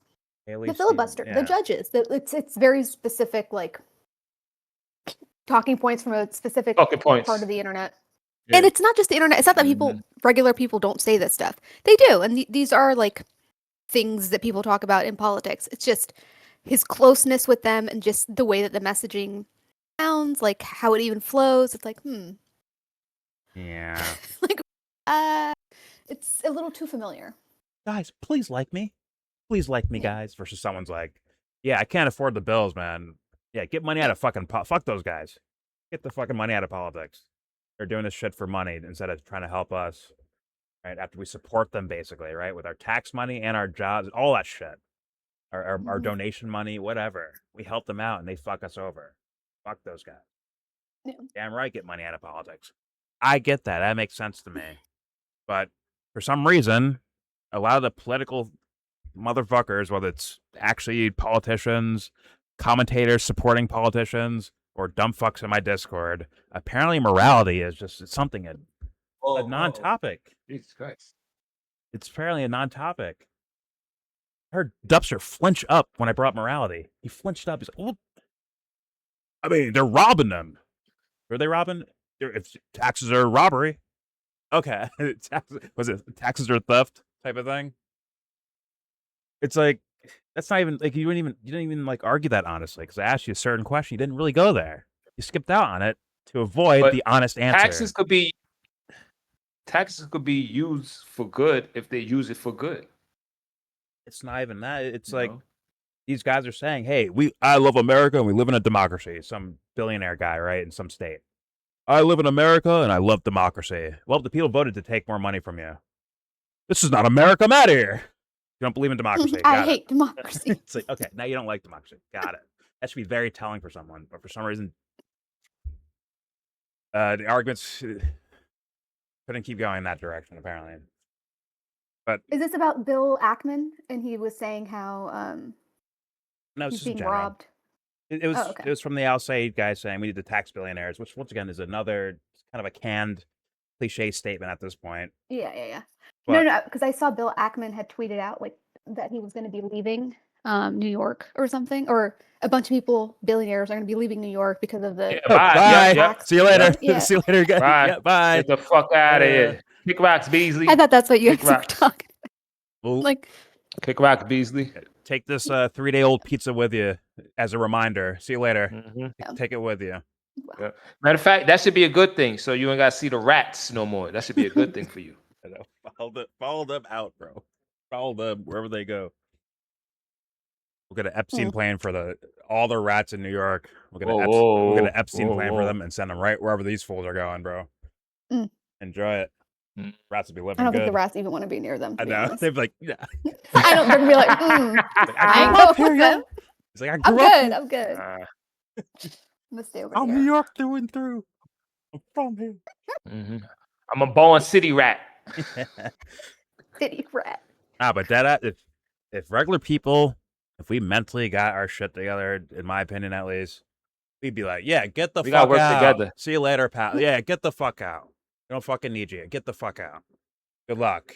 But a lot of people feel like that, though. A lot of people in New York, we do feel like that. Like, they want to leave. Bye. But what happens as a result, though? What do we do with it, though? That's where I'm saying, like, I want our shit together in that way, to where, like, yeah, we will not tolerate bullshit ever again. I want it like that level, to where it isn't a problem if, let's say, like for the Detroit or Michigan, right? That if GM gets up and leaves, right? Like, don't worry, we'll take care of this shit. We're the ones who make the fucking things anyways. We're good. I wish it was like that level of like discipline throughout every state and every city, straight up. But I don't expect that. That means everybody has to get educated into politics and things like that. But a lot of people don't want to I don't know if it's politics do the hard, or something. like, no, I mean, like, they have to understand politics. That's what I mean, and how it works. And organize. So a lot of people don't want to organize and do none of these things. They want it to be done for them. Some people don't want to do the work. Be an idea of just the power of non-compliance and how like powerful that is. Of like, yeah, I'm not participating. Oh, that's another thing. That's another thing. You said non-compliance, not conforming. A lot of people are quick to conform. I mean, conform in a sense of most people. It's I think at the core of it, the meaning behind it is like healthy in a way of like I just want to be a part of the group, right? I don't want to like hurt anyone. I want to be part of the team, but they don't realize how dangerous that can be. And life is demanding for them to be individuals, think for themselves, be critical thinking, and express themselves. That's hard for some people. Some people, it's hard for them We're to stuck with it to stand for anyways. themselves. We're stuck with it anyways. Even if you don't believe in an afterlife, those last seconds when you're alive, guess what? Where's Bobby from down the street? He's gonna fucking. Do you care what he thinks about fashion all of a sudden, or what he thinks about girls or music? Or the filibuster. You become the most important, exactly. Or the filibuster. You kind of become the most important thing in the universe in that moment. Yeah. In a way. Mm-hmm. Even if you die saving someone, right? Like, oh fuck, I saved them, but holy shit, I'm about to die. Like that thought flips in somewhere, and thus you're stuck with yourself. Like, why not? Be you while you're alive. Why not? Why not go that route and see what magic? It's hard you're for some capable people. of. It's hard for some people to just to look themselves in the mirror and accept who they are. I understand, but it's a wonder of wonders, a holy of holies. Pause. In my humble opinion, I think it's fucking magic.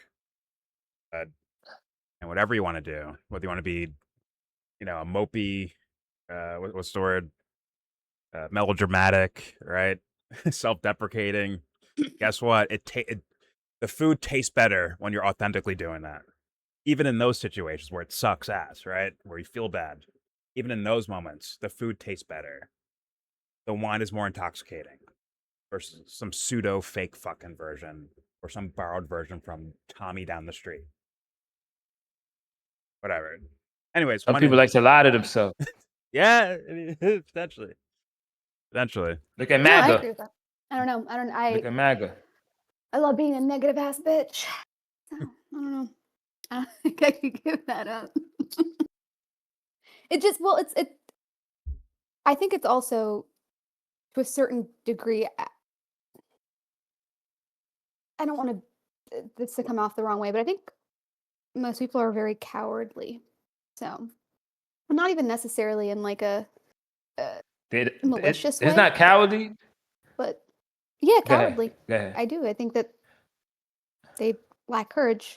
So that too, and they, like I said, some people don't take the time out to teach themselves. But it takes courage to just look hear like you were saying, to look at yourself in the mirror. Like there's a certain amount of like curiosity and like courage to be like, okay, like yeah. Like, how did I fuck up? Like, what am I doing? Right? To have your own original There has to be a certain level thought. of like playfulness to it as well, because it's kind of like you should, like you can be upset with yourself and like feel bad. You should feel bad if you fuck up, but at the same time, like be kind to yourself as well. Yeah. I'm trying to learn. I'm trying to teach myself to be. What's the word? Be gentle. Give yourself grace. Yeah. While still understanding that, like, hey, maybe because I fucked up with this person, they may never really forgive me, but that's okay, right? Like, that's okay. Yeah, you gotta accept the the shits, if you will. You kind of gotta accept. But yeah, like without still. Or maybe you did nothing wrong, but someone perceives you as doing something wrong, and like you can do like jump into their minds and change their minds around. Like, no, it's like life is rough, basically. Yeah, but I do think that it does take like a certain level of like just I don't know, like fire to kind of do that. Yeah. Yeah. And there's that vacuum cleaner of social conditioning there, where it could be an act that's cowardly, but it gets vacuum cleaned into like, well, no one else is doing it, it's okay. Where where fear turns into complacency and rather than like you're all fucking cowards. Now it's calcified and a lot of times, a lot of people are so manipulative over like material stuff too. That's what makes them kind of like weak. Material things too. I mean, a lot of that is fair, probably. Right? A lot of that can be that, like initially, like a fearful, like you're afraid of harm coming to you or someone you like or something like that, and thus maybe do an action or some behave a certain way out of it. Like, hey, I don't want to, die poor, so you know what? I'll lie over here to make some money over there. Yeah. Right. They don't want to Some people deal can't. with the consequences of doing the right thing in a way. Like they're scared of the It's consequences. harder. Yeah. It's harder to do the right thing. It's easier to do wrong. Well, there's no guarantee. Like, once again, we see magic in like movies, right? Like magical things where the good guy does the right thing and then things happen for him in a good way, right? When people look out in their regular lives, they're like, nah. It's like, if I do this helpful act here, I get nothing out of it, really. If you're thinking in that mindset, right? I get nothing out of it in that sense. If it's not a principle for you, yeah. Well, if they don't view themselves as that much valuable, right like, hey, your actions in the world fucking matter. If you don't view it that way, hey, if I help this old lady across the street, then big whoop. What's going to happen for me? Or what's going to happen to the world? What do I get out of it? Right? Where they don't see that, hey, you did that. Yeah, no one else saw you, but you saw yourself. Like, you did that, right? Like, there's your value. Like, there's the actual value. And that leads to me, the ultimate value. But people don't see that. But some people looking for something physical to be received, to receive something back. If I do something, I'm waiting to receive something back. You imagine, like, helping an old lady across the street, you just have your hand out, like, staring at her purse. Like, yeah, so you ain't gonna... You want to hit my cash app? You said the cash app. Like, I'm gonna be honest with you, like, with certain people in New York, QR code. Like certain people who be panhandling, like asking for money, it depends on, like young people. They lying. I'd rather give an older person some money than a younger person. Well, I think it depends, And what do you think about the scenario, right? I don't know. Nah, I'd rather give an older person some money, because regardless if they may use it for drugs or whatever, but a younger person, like, yo, you got time. Stop. You got time. You got time. You got two fresh legs and time, bro. What do you have to do? Fuck out of here. You know what I'm saying? Yo, that's what my grandmother would say. You better go get you a Glock 19 and get to work, youngin. You gotta go beg for a job. Go get you some drugs. Go rob some. Go get to it. You still standing out here with your hands out. Now, older person, they already done did their thing, So, so I give them, and sometimes I may if I give them something, I know I'm gonna receive it back. It may not be money. It may be like a blessing, for an opportunity.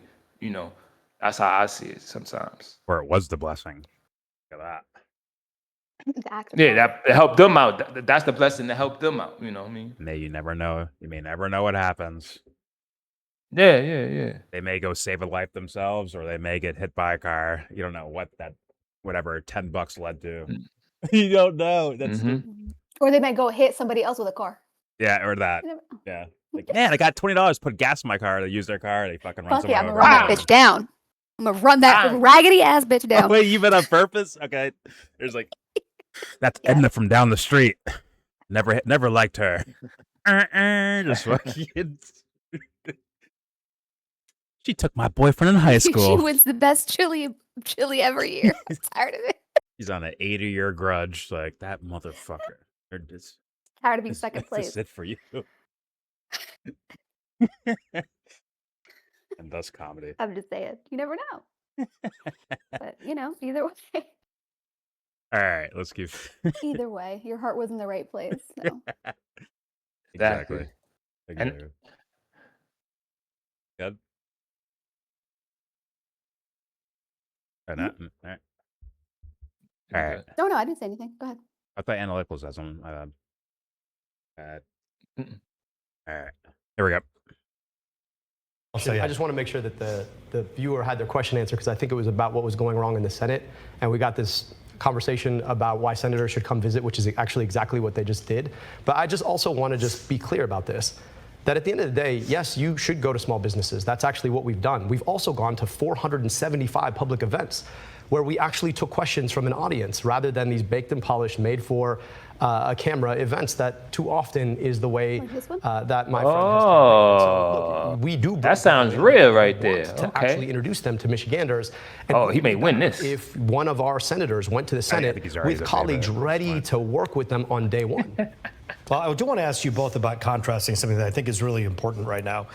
When we talk about ICE, this is something that obviously has kind of calmed down a bit, but it's still fundamentally important to everyone who's watching. Now we get into the meat and the potatoes. Congresswoman Stevens, where do you stand on ICE and the funding for ICE and where things should be going? Well, I am leading the charge in the Congress right now to redirect $70 billion of your She's leading the tax charge money. again. Michiganders She's a charge leader. You know Bro, I'm telling you, before she speaks, she drops her like awards, credentials. It's like a rap fucking song. Like I was saying, so I got 2 chains, 4 bracelets, fucking I got 4 houses. I got 3 bitches. I got 6 guns. bitches. I got the Exactly. whole. Know what I mean? I got all these bitches is I got my a couple of my sons. home. So there you go. They respect me all the way from Idaho to the damn Texas and back up to New York. Like they you know what my I'm name in saying? the Midwest. Bitch. My name ringing here. bells in these streets. Mhm. Sound like Jim Jones, but Does all the Detroit style pizza spots that sorry, Silver. but she always talking about trucking and running shit over like she a linebacker. This is not the first time. This is the second debate that they having.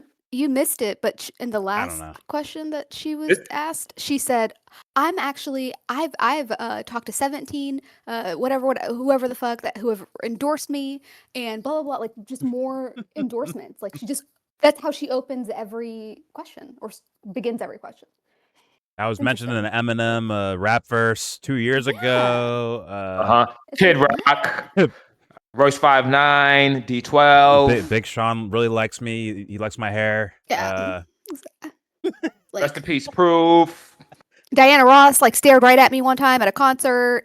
Rest in peace, Jay Dilla. Okay. I did a push-up contest with Barry Sanders. Babyface Ray, that's the homie. Like, okay, lady. Fuck me, let her dude. go, I guess. That's how she opens. Kind of weird. It's like All right, here we go. Right now to redirect $70 billion. Her voice is so hyper nerdy. Michiganders' taxpayer money. I let her respect me. That I'm in went love. to ICE at the expense of your health care, at the expense of food benefits, all things that I am hearing from Michiganders where they are experiencing pain points. We've got to redirect that $70 billion back into communities. I called for Christy. They said that's a fake accent. She was fired. But guess what? I got reforms. Christy. Not a penny more She had for that this voice her rogue entire agency life. that is wreaking havoc. Look, Fighting I it ever since. talked to administrators at Harms Elementary in Detroit. You know, But parents. I heard people from Michigan. They don't sound like that. School because I'll of tell these you right ICE now. raids. This isn't She is working a for dweeb. us. They This do? is And we know abuse it. of power. She's a dweeb. And Oh, I'm okay. standing fucking up know to it. Trump right now on these abuses of power. Not shouting into a bullhorn, not getting in front of the first camera I see, but doing the hard work. What the fuck are you That is what talking Michigan about? Deserves. Look, Are you gonna defund him or not? here, Abdul, he is such a talented guy. He's written 3 books. He said 300 podcasts. Now you giving him credentials? What the? Got 300 attention. He thinks but he's the so deal fucking is, cool. we don't Attention, but need he a ain't doing the celebrity work. candidate. cool, We don't need huh? a celebrity. bench press is candidate. We need 350. somebody who is committed to 6 years of hard, unglamorous work. I'm the that's real gonna deal. stand He's a up to this junk celebrity. that is wreaking havoc and causing chaos. I was like, Doctor. Ed. She's Ed Lee right now. I These know. celebrities. All right, Congresswoman, thank you. Dr. El Sayed, you heard Congresswoman Stevens there say What? She's fighting to essentially keep a smile strip on her away face. some of the She funding wants for to ICE. Is that not rip good his enough? head off. She ain't said She's nothing. also That. voted to raise ICE funding 4 times. That's the part Ooh. that you didn't hear. Oh. Voted to raise ICE funding. Voted to thank ICE, in fact. So this is the same kind of DC hypocrisy, I hate to say it, that we often see. Say one thing in front of the camera, do another thing. I said that we need to abolish ICE. ICE is not about immigration. ICE is not. Yep, that's what I want to hear from her. Safe and secure southern border. We can also enforce immigration policy, but ICE is not about that. ICE is about normalizing paramilitary force on our streets. And I just Are you want gonna to bring push up back Obama? on the idea that it's calmed down. I mean, I was just Can't in do it. Genesee County this weekend, and you had raids in Saginaw People are scared to death. But didn't George Bush invent ICE? Who tells you that she's against ICE has voted to raise ICE funding, voted to thank ICE, called the but it wasn't. I don't know, very fun. But it didn't look like this. And other things when she went and visited herself. There was no cameras on it. I do the thing that I say I'm going to do. I don't think ICE needs to exist. For the better part of our country's history, we did not have an ICE, and I think we can do a much better job when it comes to immigration without one. And here's the last thing I just want to say about this. When it comes to the question of immigration, we they wasn't running people over about the great good that immigration has done for our country. No, I'm not saying that, but they was running in people's houses and shooting them and all that when Obama they were was going in to their office. jobs and picking them up. Yeah, it was like kind of brutal and them scamming. Out county by county, city by city, working with the local law enforcement. I saw it happen when I was working in restaurants. So how it looked? Did it look like? But did it they look literally like just show up. They literally show up and they say they got tipped off that there are people who don't have papers working here, and you see people running and leaving. Yeah. Now was they real federal agents? Were they real federal agents ICE. or a bunch of the ICE we have? No, because these no, these dudes is from backwoods. Oh, okay. You're saying like they're thank you. Like they went to school. They went to school. Did they go to school? Yes, did they go to school? I don't know what their qualifications were. It's just either way though, regardless of whether or not they went to school. I think I'm aware. They have certifications. It's still very traumatizing for those people. No, I get that. But if it's ICE, you have to go to school. You got to be qualified. These dudes are not going to school. That's why it looks so crazy. They're not qualified. It does look crazy. It's just that they never filmed it when Obama was president. Let me say this because I think I'm aware. They had more schooling and more qualifications back. Oh, sorry. By their own standards, they had more qualifications back then. But I get that. Let me finish. Sorry. But there wasn't a publicity spectacle where it's like, hey, we need more bodies to keep doing these things, right? It's a little bit different, right? Because these guys have news cameras everywhere.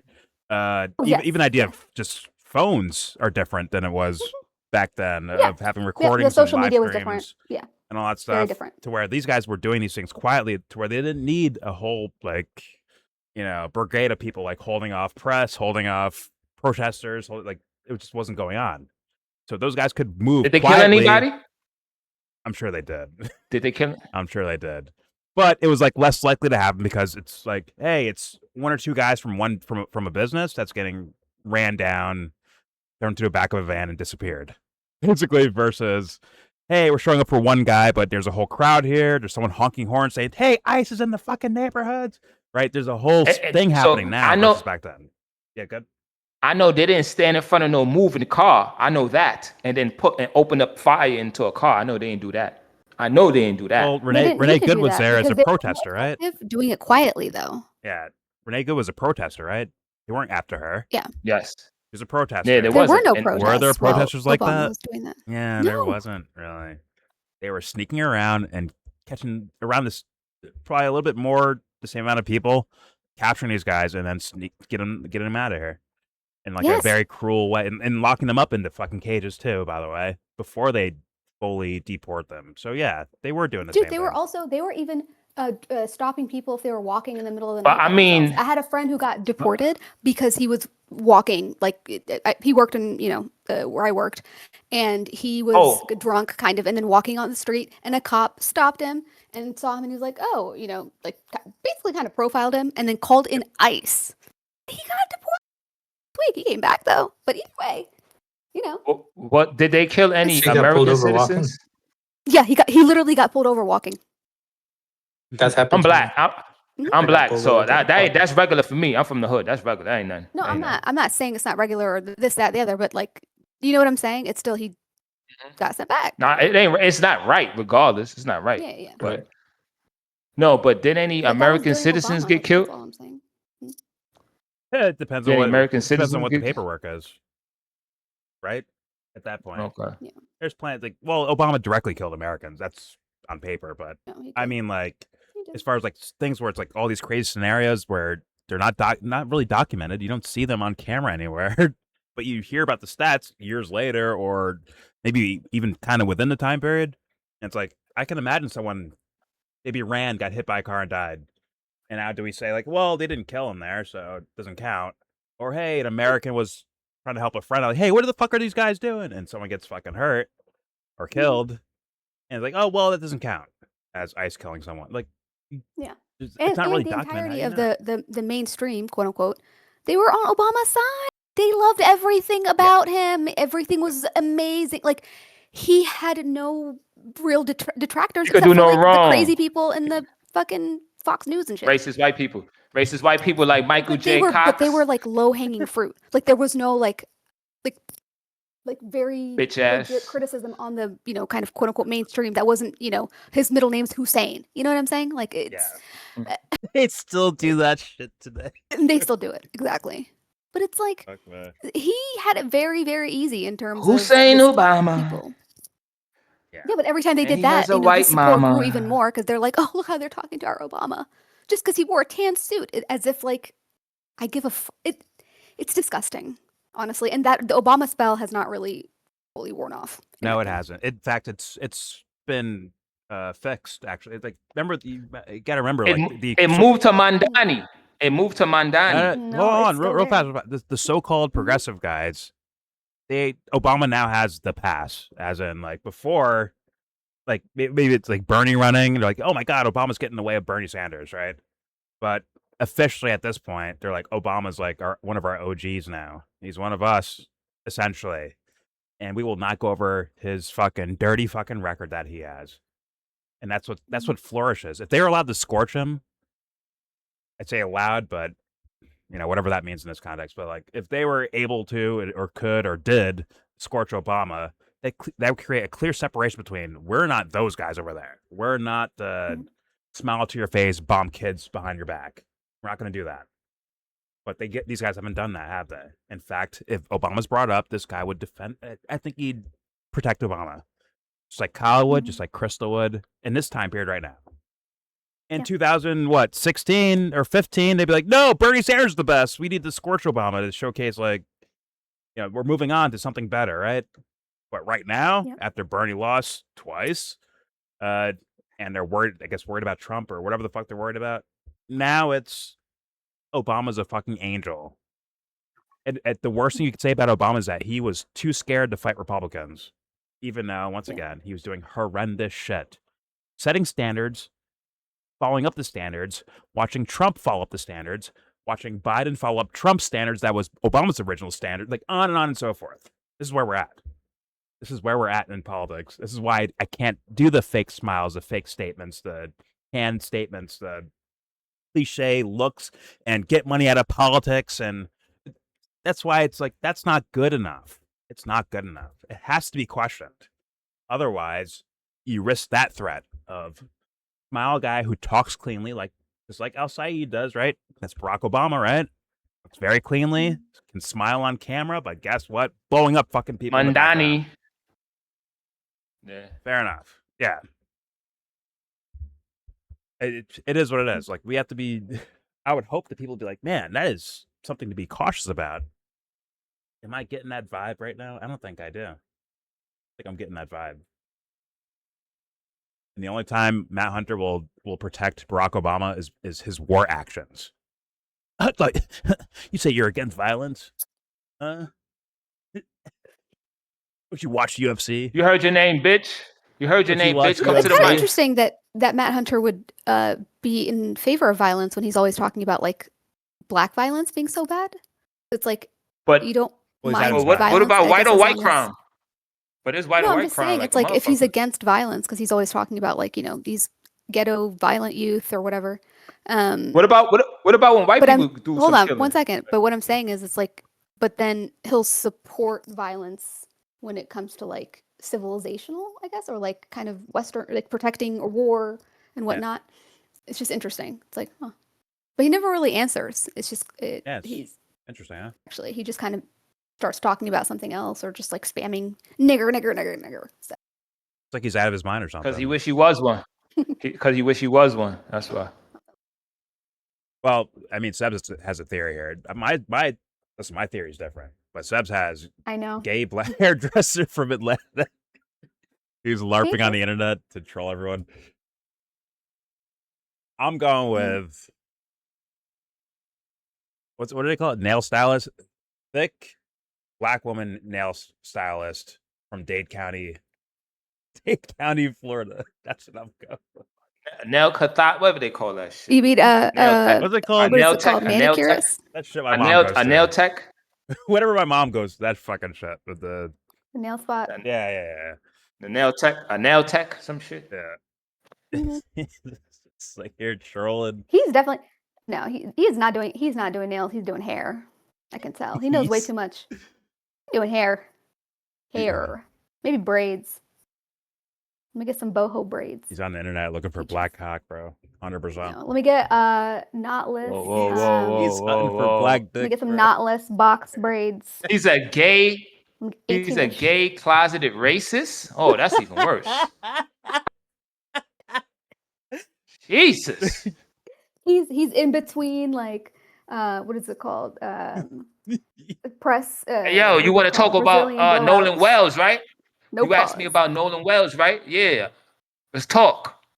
You was doing talk, right? Yeah, let's talk. Turn your mic off. Bitch ass. That's not happening. That ain't happening. Yeah, I know. That is not happening. No fucking chance. Like I told him yesterday, he a coward. I agree. Fucking coward. I usually try to be fair to people, and to me, that's a fair assessment. I think you're a fucking coward, my man. If you can hear me, Matt Hunter, I think you're kind of a coward. He can hear. I think Dumpster's partially that too, which is why I'm like, man, are they the same person? No, I respect Dumpster. No, I respect Dumpster more though. I respect him more. At least he stand up for what he believes in. He behind certain things. Yeah, he behind certain things. So he's partially that. I think he does say some things he thinks out loud too. To be fair to him, but there's a lot. At least he speaks his mind, not like this. Somewhat. Not like this coward over there. If Peaches ever actually answered a question, like verbally, honestly, when you speak, I will watch that episode of Northern Exposure or whatever, the Becky's 30th. Hold up, no, there's a show that he always tells me to watch, set in Alaska, and I will actually watch that episode. I thought it was Canada with the moose. No, it's called Northern Exposure. I don't know. Anyway. I thought that's in Canada. That sounds. I thought it was in Canada. Northern. That's no, it's in Alaska. It's an Alaskan show. I looked it up. It's set in Alaska. Okay. I don't even know what that is. That's with the moose. That's an old show. He's been telling me to watch. That's for like 5 years now. That's an old show. I remember that when I was young. It's reality. Nah. That's an old show. Nah. And he wants me to watch a very specific episode. So. I thought that was in Canada. No, it's Alaska. It's like what, fucking drama or something? Nah. It's like there's like a doctor there, a girl. It's like sort of love interest. It's like it's not comedy. It's not comedy, but it's supposed to be funny somewhat. Okay. But he also told me that his favorite show is Cheers, and that he prefers Cheers over Frasier. So I'm already this an old nigga. The whole thing. He's an old nigga. That's an old. Cause you know why? Because I was a young kid and I used to see them shits, Cheers and shit. He probably know Alf and all that shit. How old are you? 79. The fuck? Talking about Cheers and probably what's remember the Alf show? Fucking yeah. I was a young kid. He said this so old. I don't care. Hey, talking about Cheers. Shit. Three's Company too, motherfucker. Is that shit called Taxi? Something like that. I don't know. Mm-hmm. Mr. Parker. All right, that's the 70s though. Let's keep playing this. You never know where this channel's gonna go, right? End up on sitcoms. It's gonna go everywhere. Like bird shit. All right. Okay. He said you're Chris from the Northern Exposure show, Jordan. Who said that? Matt Hunter. He said you're Chris, whoever that is. He need to say that in the fucking open Discord. Fuck typing that shit. Maybe he doesn't have vocal cords. So that's what I'm saying. Cause he a coward. Well, it could be like a physical, Fuck out of here. Just type it. Maybe, you hear but us I talking to fucking your know. bitch ass. You can't speak up for yourself. But like Stephen Hawking. Not bad, Jordan. You can go back to your debate. I'm back to my debate. Here we go. Yes. Because we're so afraid of what they're going to say when we've seen ICE terrorize people in our streets. To me, it is exactly the kind of cowardice that we don't need from Democrats. So yeah, I'm going to take the bullhorn and I'm going to say that I think we need to abolish ICE because I am not afraid of what they're going to say about me. Doctor, I do want to follow up though with both of you. Isn't saying abolish ICE like saying defund the police? Is that just busting the whole thing open? No, you fucking idiot. I believe that in order to have enforcement, you need to have an agency that knows how to do it. Yeah, well, I just also ran government agencies. And I know that when a culture of impunity sets into a government agency, it becomes almost impossible to take out. And so I think the agency as it exists does not need to exist. That's not to say that we are not going to keep our streets secure. That's not to say that we're not going to enforce immigration policy. That's not to say we shouldn't have a safe, secure southern border. How do you do it? The same way we did it for most of our history, Roop. For most of our history, we didn't have ICE. We had INS. And they were targeted. They obeyed the laws of this land. They didn't terrorize people in places like preschools and parking lots. They didn't run up in schools and churches. They understood they just went to their job jobs. was Excuse to me. enforce immigration. They went to their jobs. The protection of the Constitution itself. And that's what we're losing here. You've got ICE agents who do not understand that the central law of this country is the Okay, I smell it. Yeah. What you smell? I smell it. I smell it. Go ahead. It's a different time, though. All right, here we go. And churches, they understood that their job, yes, was to enforce immigration policy, but they did it under the protection of the Constitution itself. And that's what we're losing here. Okay. You've got ICE agents who do not understand. Oh, like police, please. Okay, okay. This country is the Stop and Constitution frisk. itself. Gotcha. ICE has become a tyrannical agency, and I think there is no way to get past that except for to undo the agency and then build from scratch. Congresswoman, you have been. What? Okay. But that applies you just said there's money in politics. Are you saying like get rid of all of that as well? Like, I mean, you could point the problems in all these fucking agencies. I mean, blatantly they are there. Are you saying take all those down and rebuild them? Or are you saying like, oh no, well these things we can't just do that right now. Like our military, we can't just tear it down and start over. We gotta like keep that around for a bit and like logically, like based on what you just said right there. I mean, fuck it, whatever. Here we go. Is the Constitution itself. ICE has become a tyrannical agency, and I think there is no way to get past that except for to undo the agency and then build from scratch. Saying on social media before about the fine people of ICE. Do you feel differently about that? Do you believe that both can be true, that there needs to be reform, but there are good people working with ICE? Roop, let me just be very clear. Complaints and slogans aren't solutions, all right? I went up to an ICE detention facility to call out and see why people were losing their lives, why they were being held for long periods of time without due process. This has been an outrage. And look, a lot of you remember Abdul from when he first ran for governor in 2018. It didn't work out. So he started the podcast. You want to answer the question? Books, and now he's running for Senate. And he's already bought the website for president. You know, he already it's just failed. another rung on the ladder. That's not what this job is for me. That's not why I'm putting up my hand in this moment. It's not about celebrity.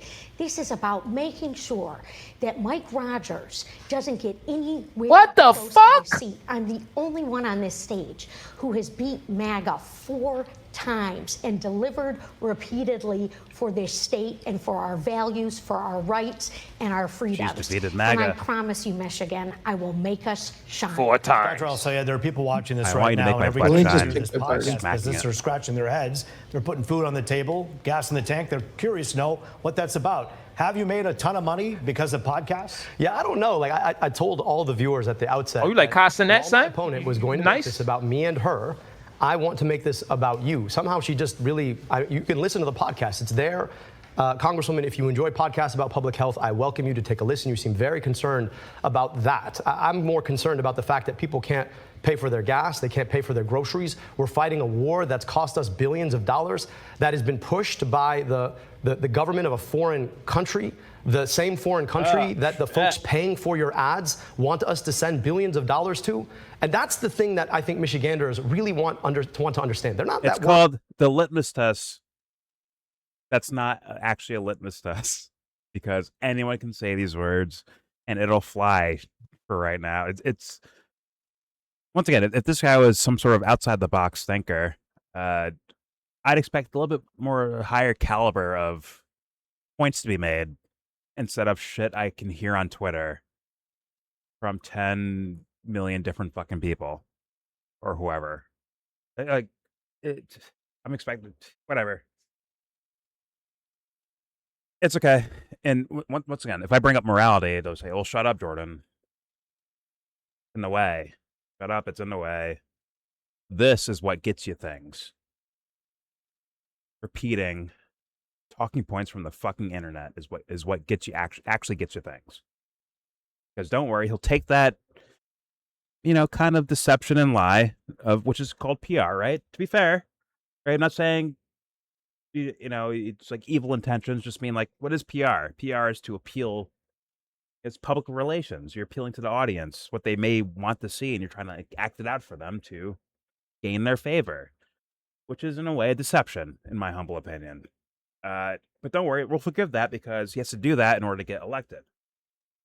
Okay, and then once he gets elected, well, now he's got to do the same PR thing, but maybe more so less with you guys, less PR towards you, and more PR towards the party because they're the guys that can actually help him out and help him get certain things done that he's going to do for you one day.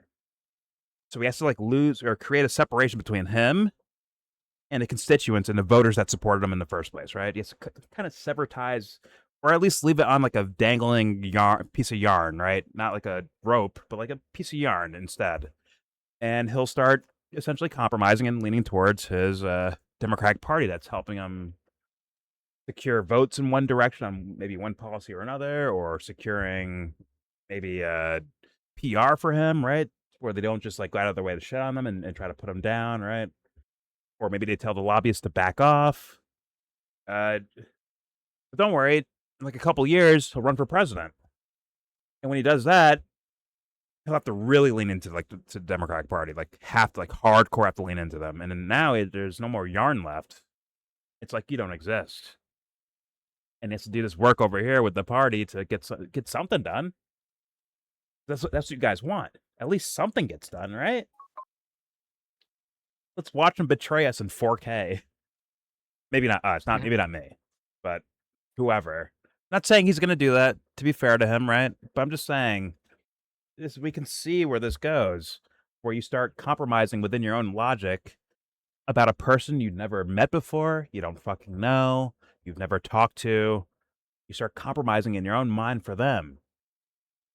Hey, end the shit with Gaza, stop funding Israel, do this, or we're fucking done with you.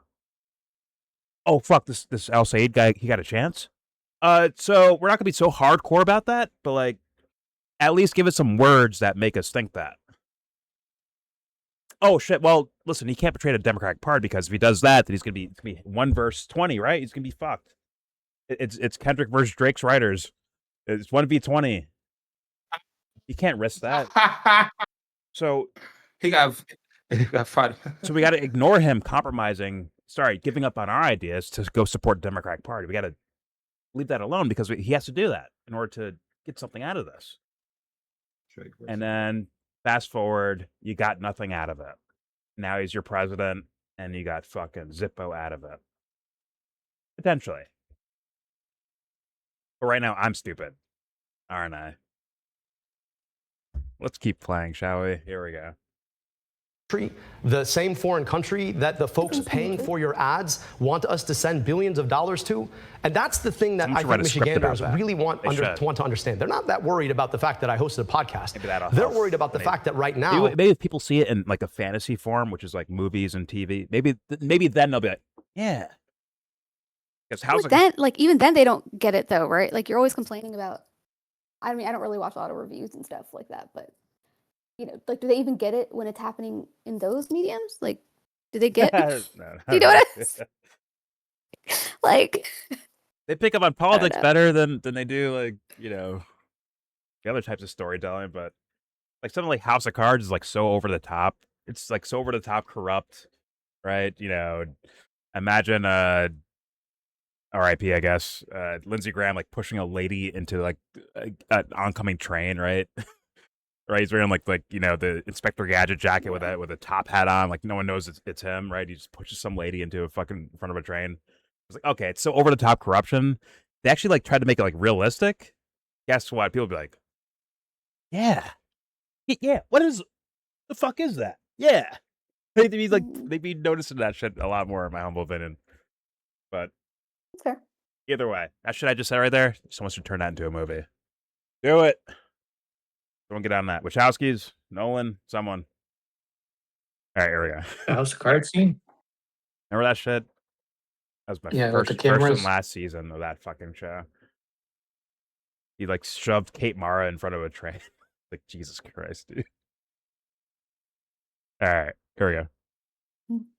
Want us to send billions of dollars to, and that's the thing that I think Michiganders really want to understand. They're not that worried about the fact that I hosted a podcast.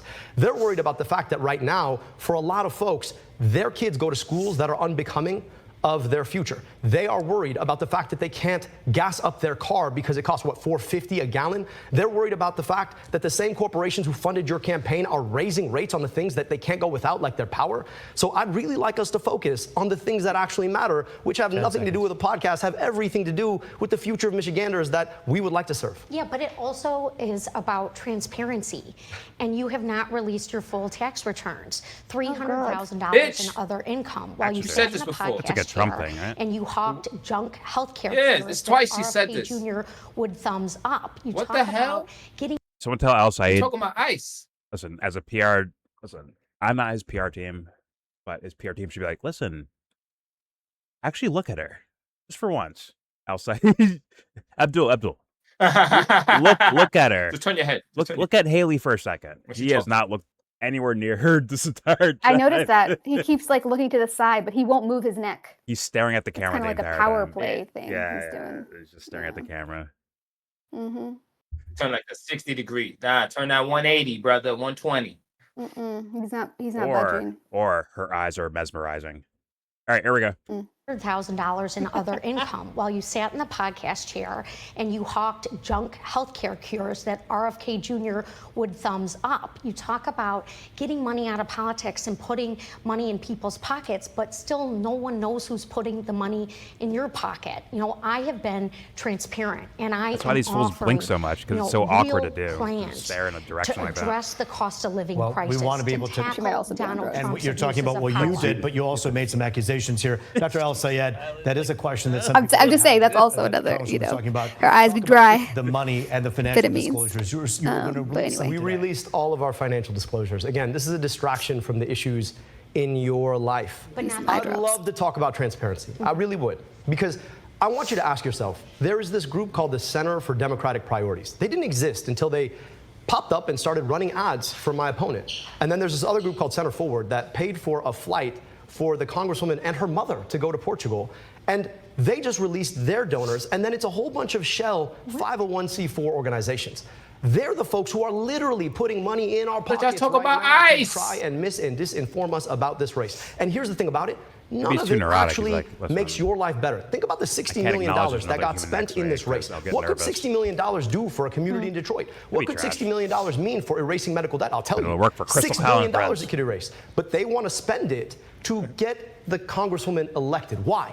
Because at the end of the day, they know that they're going to have a safe seat doing their bidding instead of yours. Every single dollar that DTE is spending is a down payment on knowing that they can raise your rates. Every single dollar that Blue Cross Blue Shield spends in this race is a down payment on raising your premium. All right. Every single dollar. Thank you, Dr. El Sayed.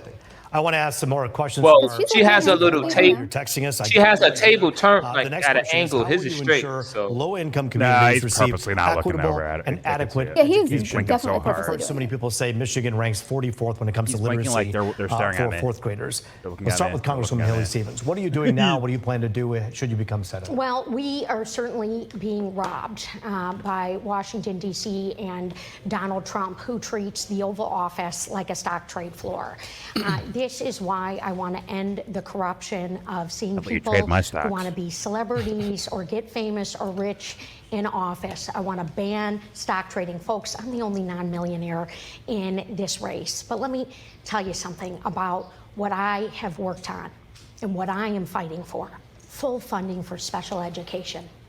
You know, our public schools here in Michigan are getting such the a short dweeb, end too. of the Oh, my stick. dear Lord, she And is. if we fully fund special education, You guys like that, right? we can meet Right, the guys? needs that a family in Royal Oak has talked to me about, where they feel torn about making sure that their child with special complex medical needs actually gets the education they deserve. This is also why This we is the have to old guard. expand Talking Medicaid, points dying not to the just new guard. reinstate the Talking cuts points. that Donald Trump cut.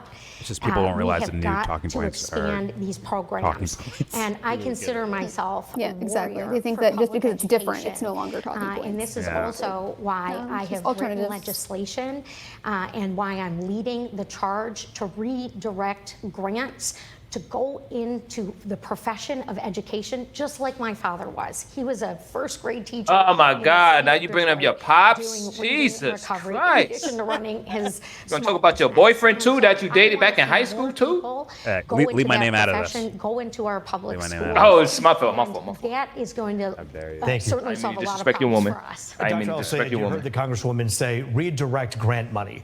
Is that part of the solution here? What do you think? You know, you asked a really important question about education. I'd like to answer that question. I'm proud of the fact that the American Federation of Teachers has endorsed me in this race. And they've done it because I'm a proud product of public schools. I know what it's like to walk into a public school in Detroit in January. That's a fact. Kids are bundled I heard up your because story. the boiler's broken, trying to learn how to read. You talk about a literacy crisis. How do you learn how to read when you have to wear a coat in the middle of the day? We put glasses You need to I bring wanna like a know how space you needle with survive. you. because we knew My that. poor I want to know how you survive. On the blackboard if you I can't. want to know how you see the blackboard. survive like the We lunchrooms. need to radically rethink how I know- we I know do somebody public test education you. in this country. We are not invested nearly enough. I want to tie. I know it wasn't easy. the It wasn't easy support to for walk to public school. I know education that. to the Department of Education, which, by the way, needs not just to be brought back, but fully invested in.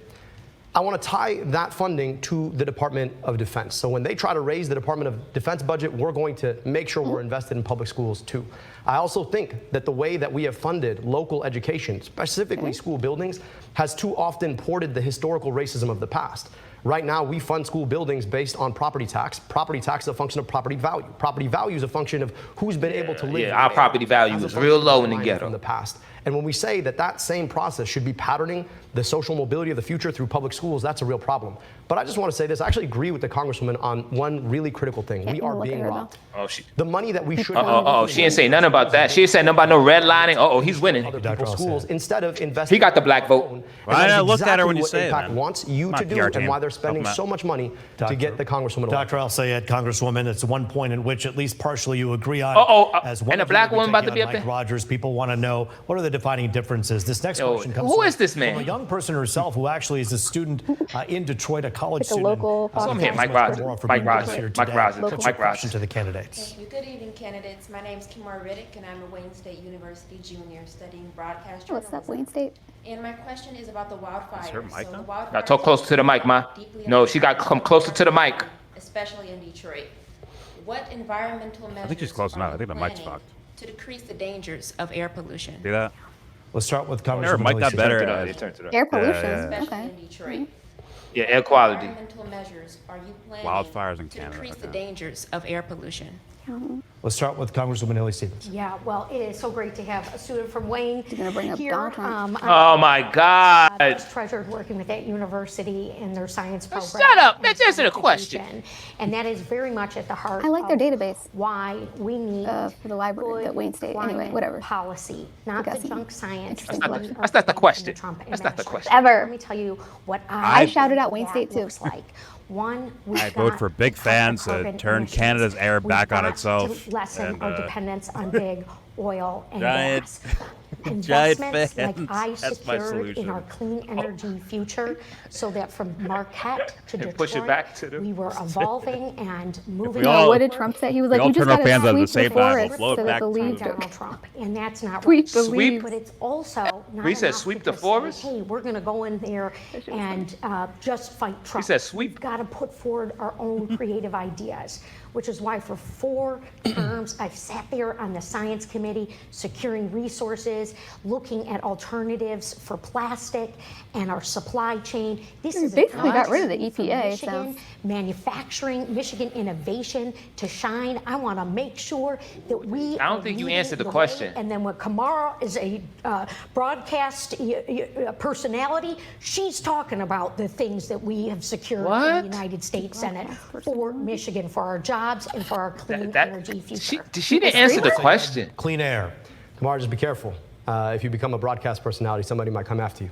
I just want to speak specifically to your shut the question. comeback. I can tell you what we've already done. That's funny. Damn it. That's Air funny. quality monitors all over He Wayne said, State. be Folks get careful. real-time Thanks for information that layup. about the air that they're breathing. Took on some of the biggest corporate polluters in our state when I was in the city of Detroit. Took on Marathon Petroleum, the biggest polluter and the most polluted zip code in the She state. looks so forced them to invest offended their that own he money to did reduce that. emissions when they had wanted to increase them. The truth of the matter is that these wildfires are happening more often because it's drier and hotter than it has been in the past. It's drier and hotter because we continue to rely on fossil fuels for our energy. We need to get to 100% renewable energy. And the only way we're going to do that is by taking the Chevrons and the Exxons of the world out of our politics. Now, guess whose campaign they supported? Well, if you guessed my Stevenson colleague, you probably guessed right, because yes, they have both given to that campaign. So when you hear ideas of things that ought to be done, but they never actually get done, you should ask yourself why it doesn't get done. Well, because the people who sell oil in this country fund the politicians who make sure that they can keep selling oil. Dr. Al-Sayed, Congresswoman, thank you so much. We have another text question, one of the many text questions. This one I think is important because, again, my main goal and our main goal is to let's differentiate between the two of you. What are the big differences here? So what would you do batteries. A lot of those are dependent on we'll like begin with a you, lot of Dr. minerals and Al-Sayed. shit that What would you do on your first day of office should you become a senator? shoulder into. Anybody who knows me Dig out of knows the that ground. getting people health care is the passion of my life. I went to medical school only to realize that too often our healthcare system is part of the problem. We need and deserve guaranteed health care through Medicare for all. I have been thinking about this question. In fact, I've testified to the U.S. Senate twice. This wouldn't be my first time walking into the chamber. Is that what that means? On Medicare for all, guaranteeing health care, on eliminating the medical debt in this country, $225 billion. Now, on Medicare for all, there is work that we're going to have to do. We're going to have to get a president elected who can do it in 2029. Now, in the process, though, I actually think that we could eliminate all the medical debt in this country, $225 billion, just so you understand what that is. Let me hear the numbers. Let me hear your math. Amount of the GDP of more than half of U.S. states in this country. So on day one, I want to offer medical debt relief to everybody. I think we could get bipartisan support to do it, and I'd love to get that done. And let's start working through Medicare for all. And then let's make sure that we can get money out of politics so the big pharmas and the big insurances of the world aren't in the way when it comes down to finally getting this done for all Americans. Congresswoman, in a minute and a half, tell us what you do on your first day in office. Sounds nice. Day one, we have to stand up to the abuses of power. Take it from somebody who has been recognized as our most effective lawmaker. When I tell you, Name your I want to go to accolades. the You United can't help States it. Senate and ban stock trading. Name your accolades. Who you know? Who you know, Their son? spouses, their children, for our president and our vice president, and for candidates for those offices, I am going to get it done. I am sick and tired of seeing Donald Trump. Bitch, you ain't say nothing. To the highest bidder. Go odds she cut has an deals earpiece with on. every other country except for cutting deals for us here in Michigan. We have been paying You didn't answer the price, question. and it is not acceptable. And speaking of prices, day one actions to lower costs and to invest in small businesses, minority-owned businesses. What is she here in talking about? Michigan. Those are your tax dollars. That's not the topic. And I Oh, believe in God, effective Jesus. stewardship of them so that they go back to our communities here. And I've got the receipts for that. I've got the proof points for that. The question was And then lastly, we Medicare have to for make all. sure that the jobs of the future are coming. No, from it's the what place would you that do in we your first all day? love to call home, which is why my manufacturing agenda on day one will also be in the hopper. I got all the bills ready to go, Roop. We have 30 seconds left for each of you to answer the following question. What makes you think you're the I'm in love. formidable candidate who can take on Mike Rogers. 30 seconds, Dr. El-Sayed. Well, you know how to pick them then. I'll tell you that. She's a fucking mess. Despite what my it. colleague says, that I am the most competitive. That's how you like him, huh? Mike Rogers. But it's also this, that you've got never a dull moment. Ask yourself, if DTE funds both Mike Rogers and Haley Stevens, who wins? DTE wins. And Blue Cross and Big Pharma and Big Tech and APAC. You have no all picks. Funded by the same people. We need a choice. I'm the only candidate in this race who does not take corporate money. And so I offer a real contrast to a guy who has never seen a corporate dollar he did not want. Congresswoman Haley Stevens, 30 seconds. Well, look, Governor Whitmer, Attorney General Nessel, the chair of the Michigan Legislative Black Caucus, Amos O'Neill, they all agree God damn, here she goes again. Of course, that I will stand up for us on day one, that I will beat Mike Rogers. That's what I'm saying. Just She's like a rapper. I have beat Republicans 4 times over. This is like the opening of the album. Thank you so much. Congresswoman Haley Stevens. And at the end of the song, yo, my homie And the that's end of locked the- up, my nigga exactly, Rah-Rah. exactly. Yo, my cream. Yeah. My Ja cousin, Ja. my brother. Momo. You know what I mean? Everybody down on Tilden, you know what I'm saying? Kiki and The Indian man Oh, from with you. 7-Eleven. He told me the Yeah, Black I and mean- Mild. You know, everybody. Like, it's Well, I get my chopped cheese at all the Akis, I get my chopped cheese at. Like, yo, what the? yeah.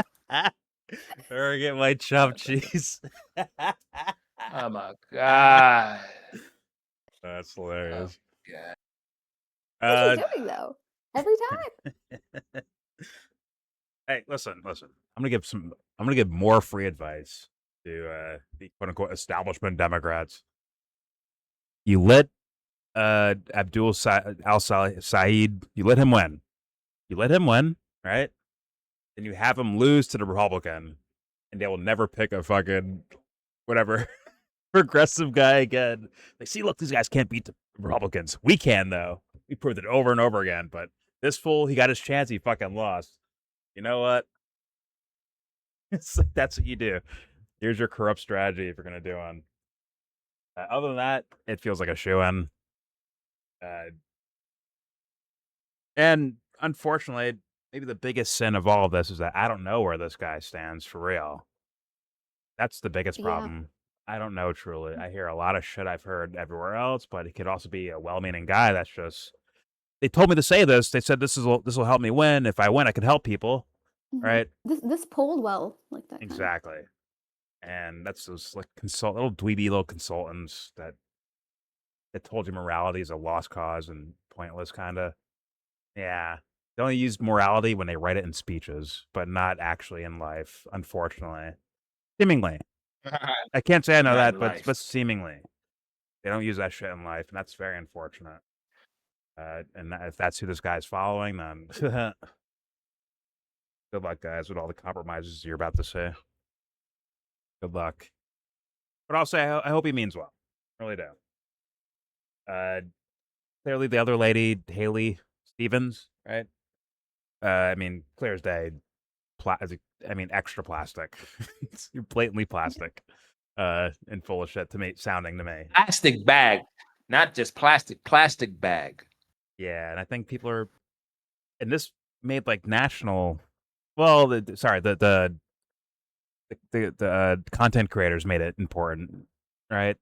And thus maybe that helped it go a little bit more national, or they picked up on a and then national story. he also had like Elizabeth Warren and stuff.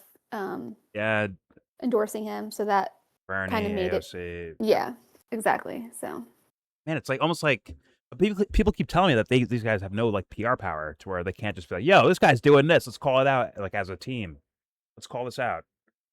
It's almost like I guess they do have that power when they want to, but they don't when they. I don't know. I don't know how it works. Mm. I don't know how. Once again, ex-Al Qaeda guy could become the president of Syria, and Elizabeth Warren say, "You know what, guys? these sanctions, man, we got to get rid of them." Not saying that sanctions are a good thing to have on Syria right now. It's just more so like the precedent. Like, what are you saying with that? And how come none of these people are calling you out for it? How come? They'll scream when Trump does it, but you just did it. Like, what's that? Or they'll scream when Rubio does it, but when you're doing it, nothing. Interesting. Very interesting. But anyways, yeah,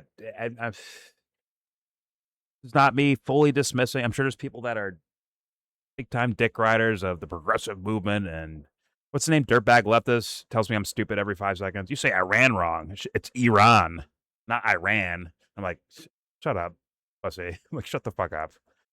But it is what it is, right?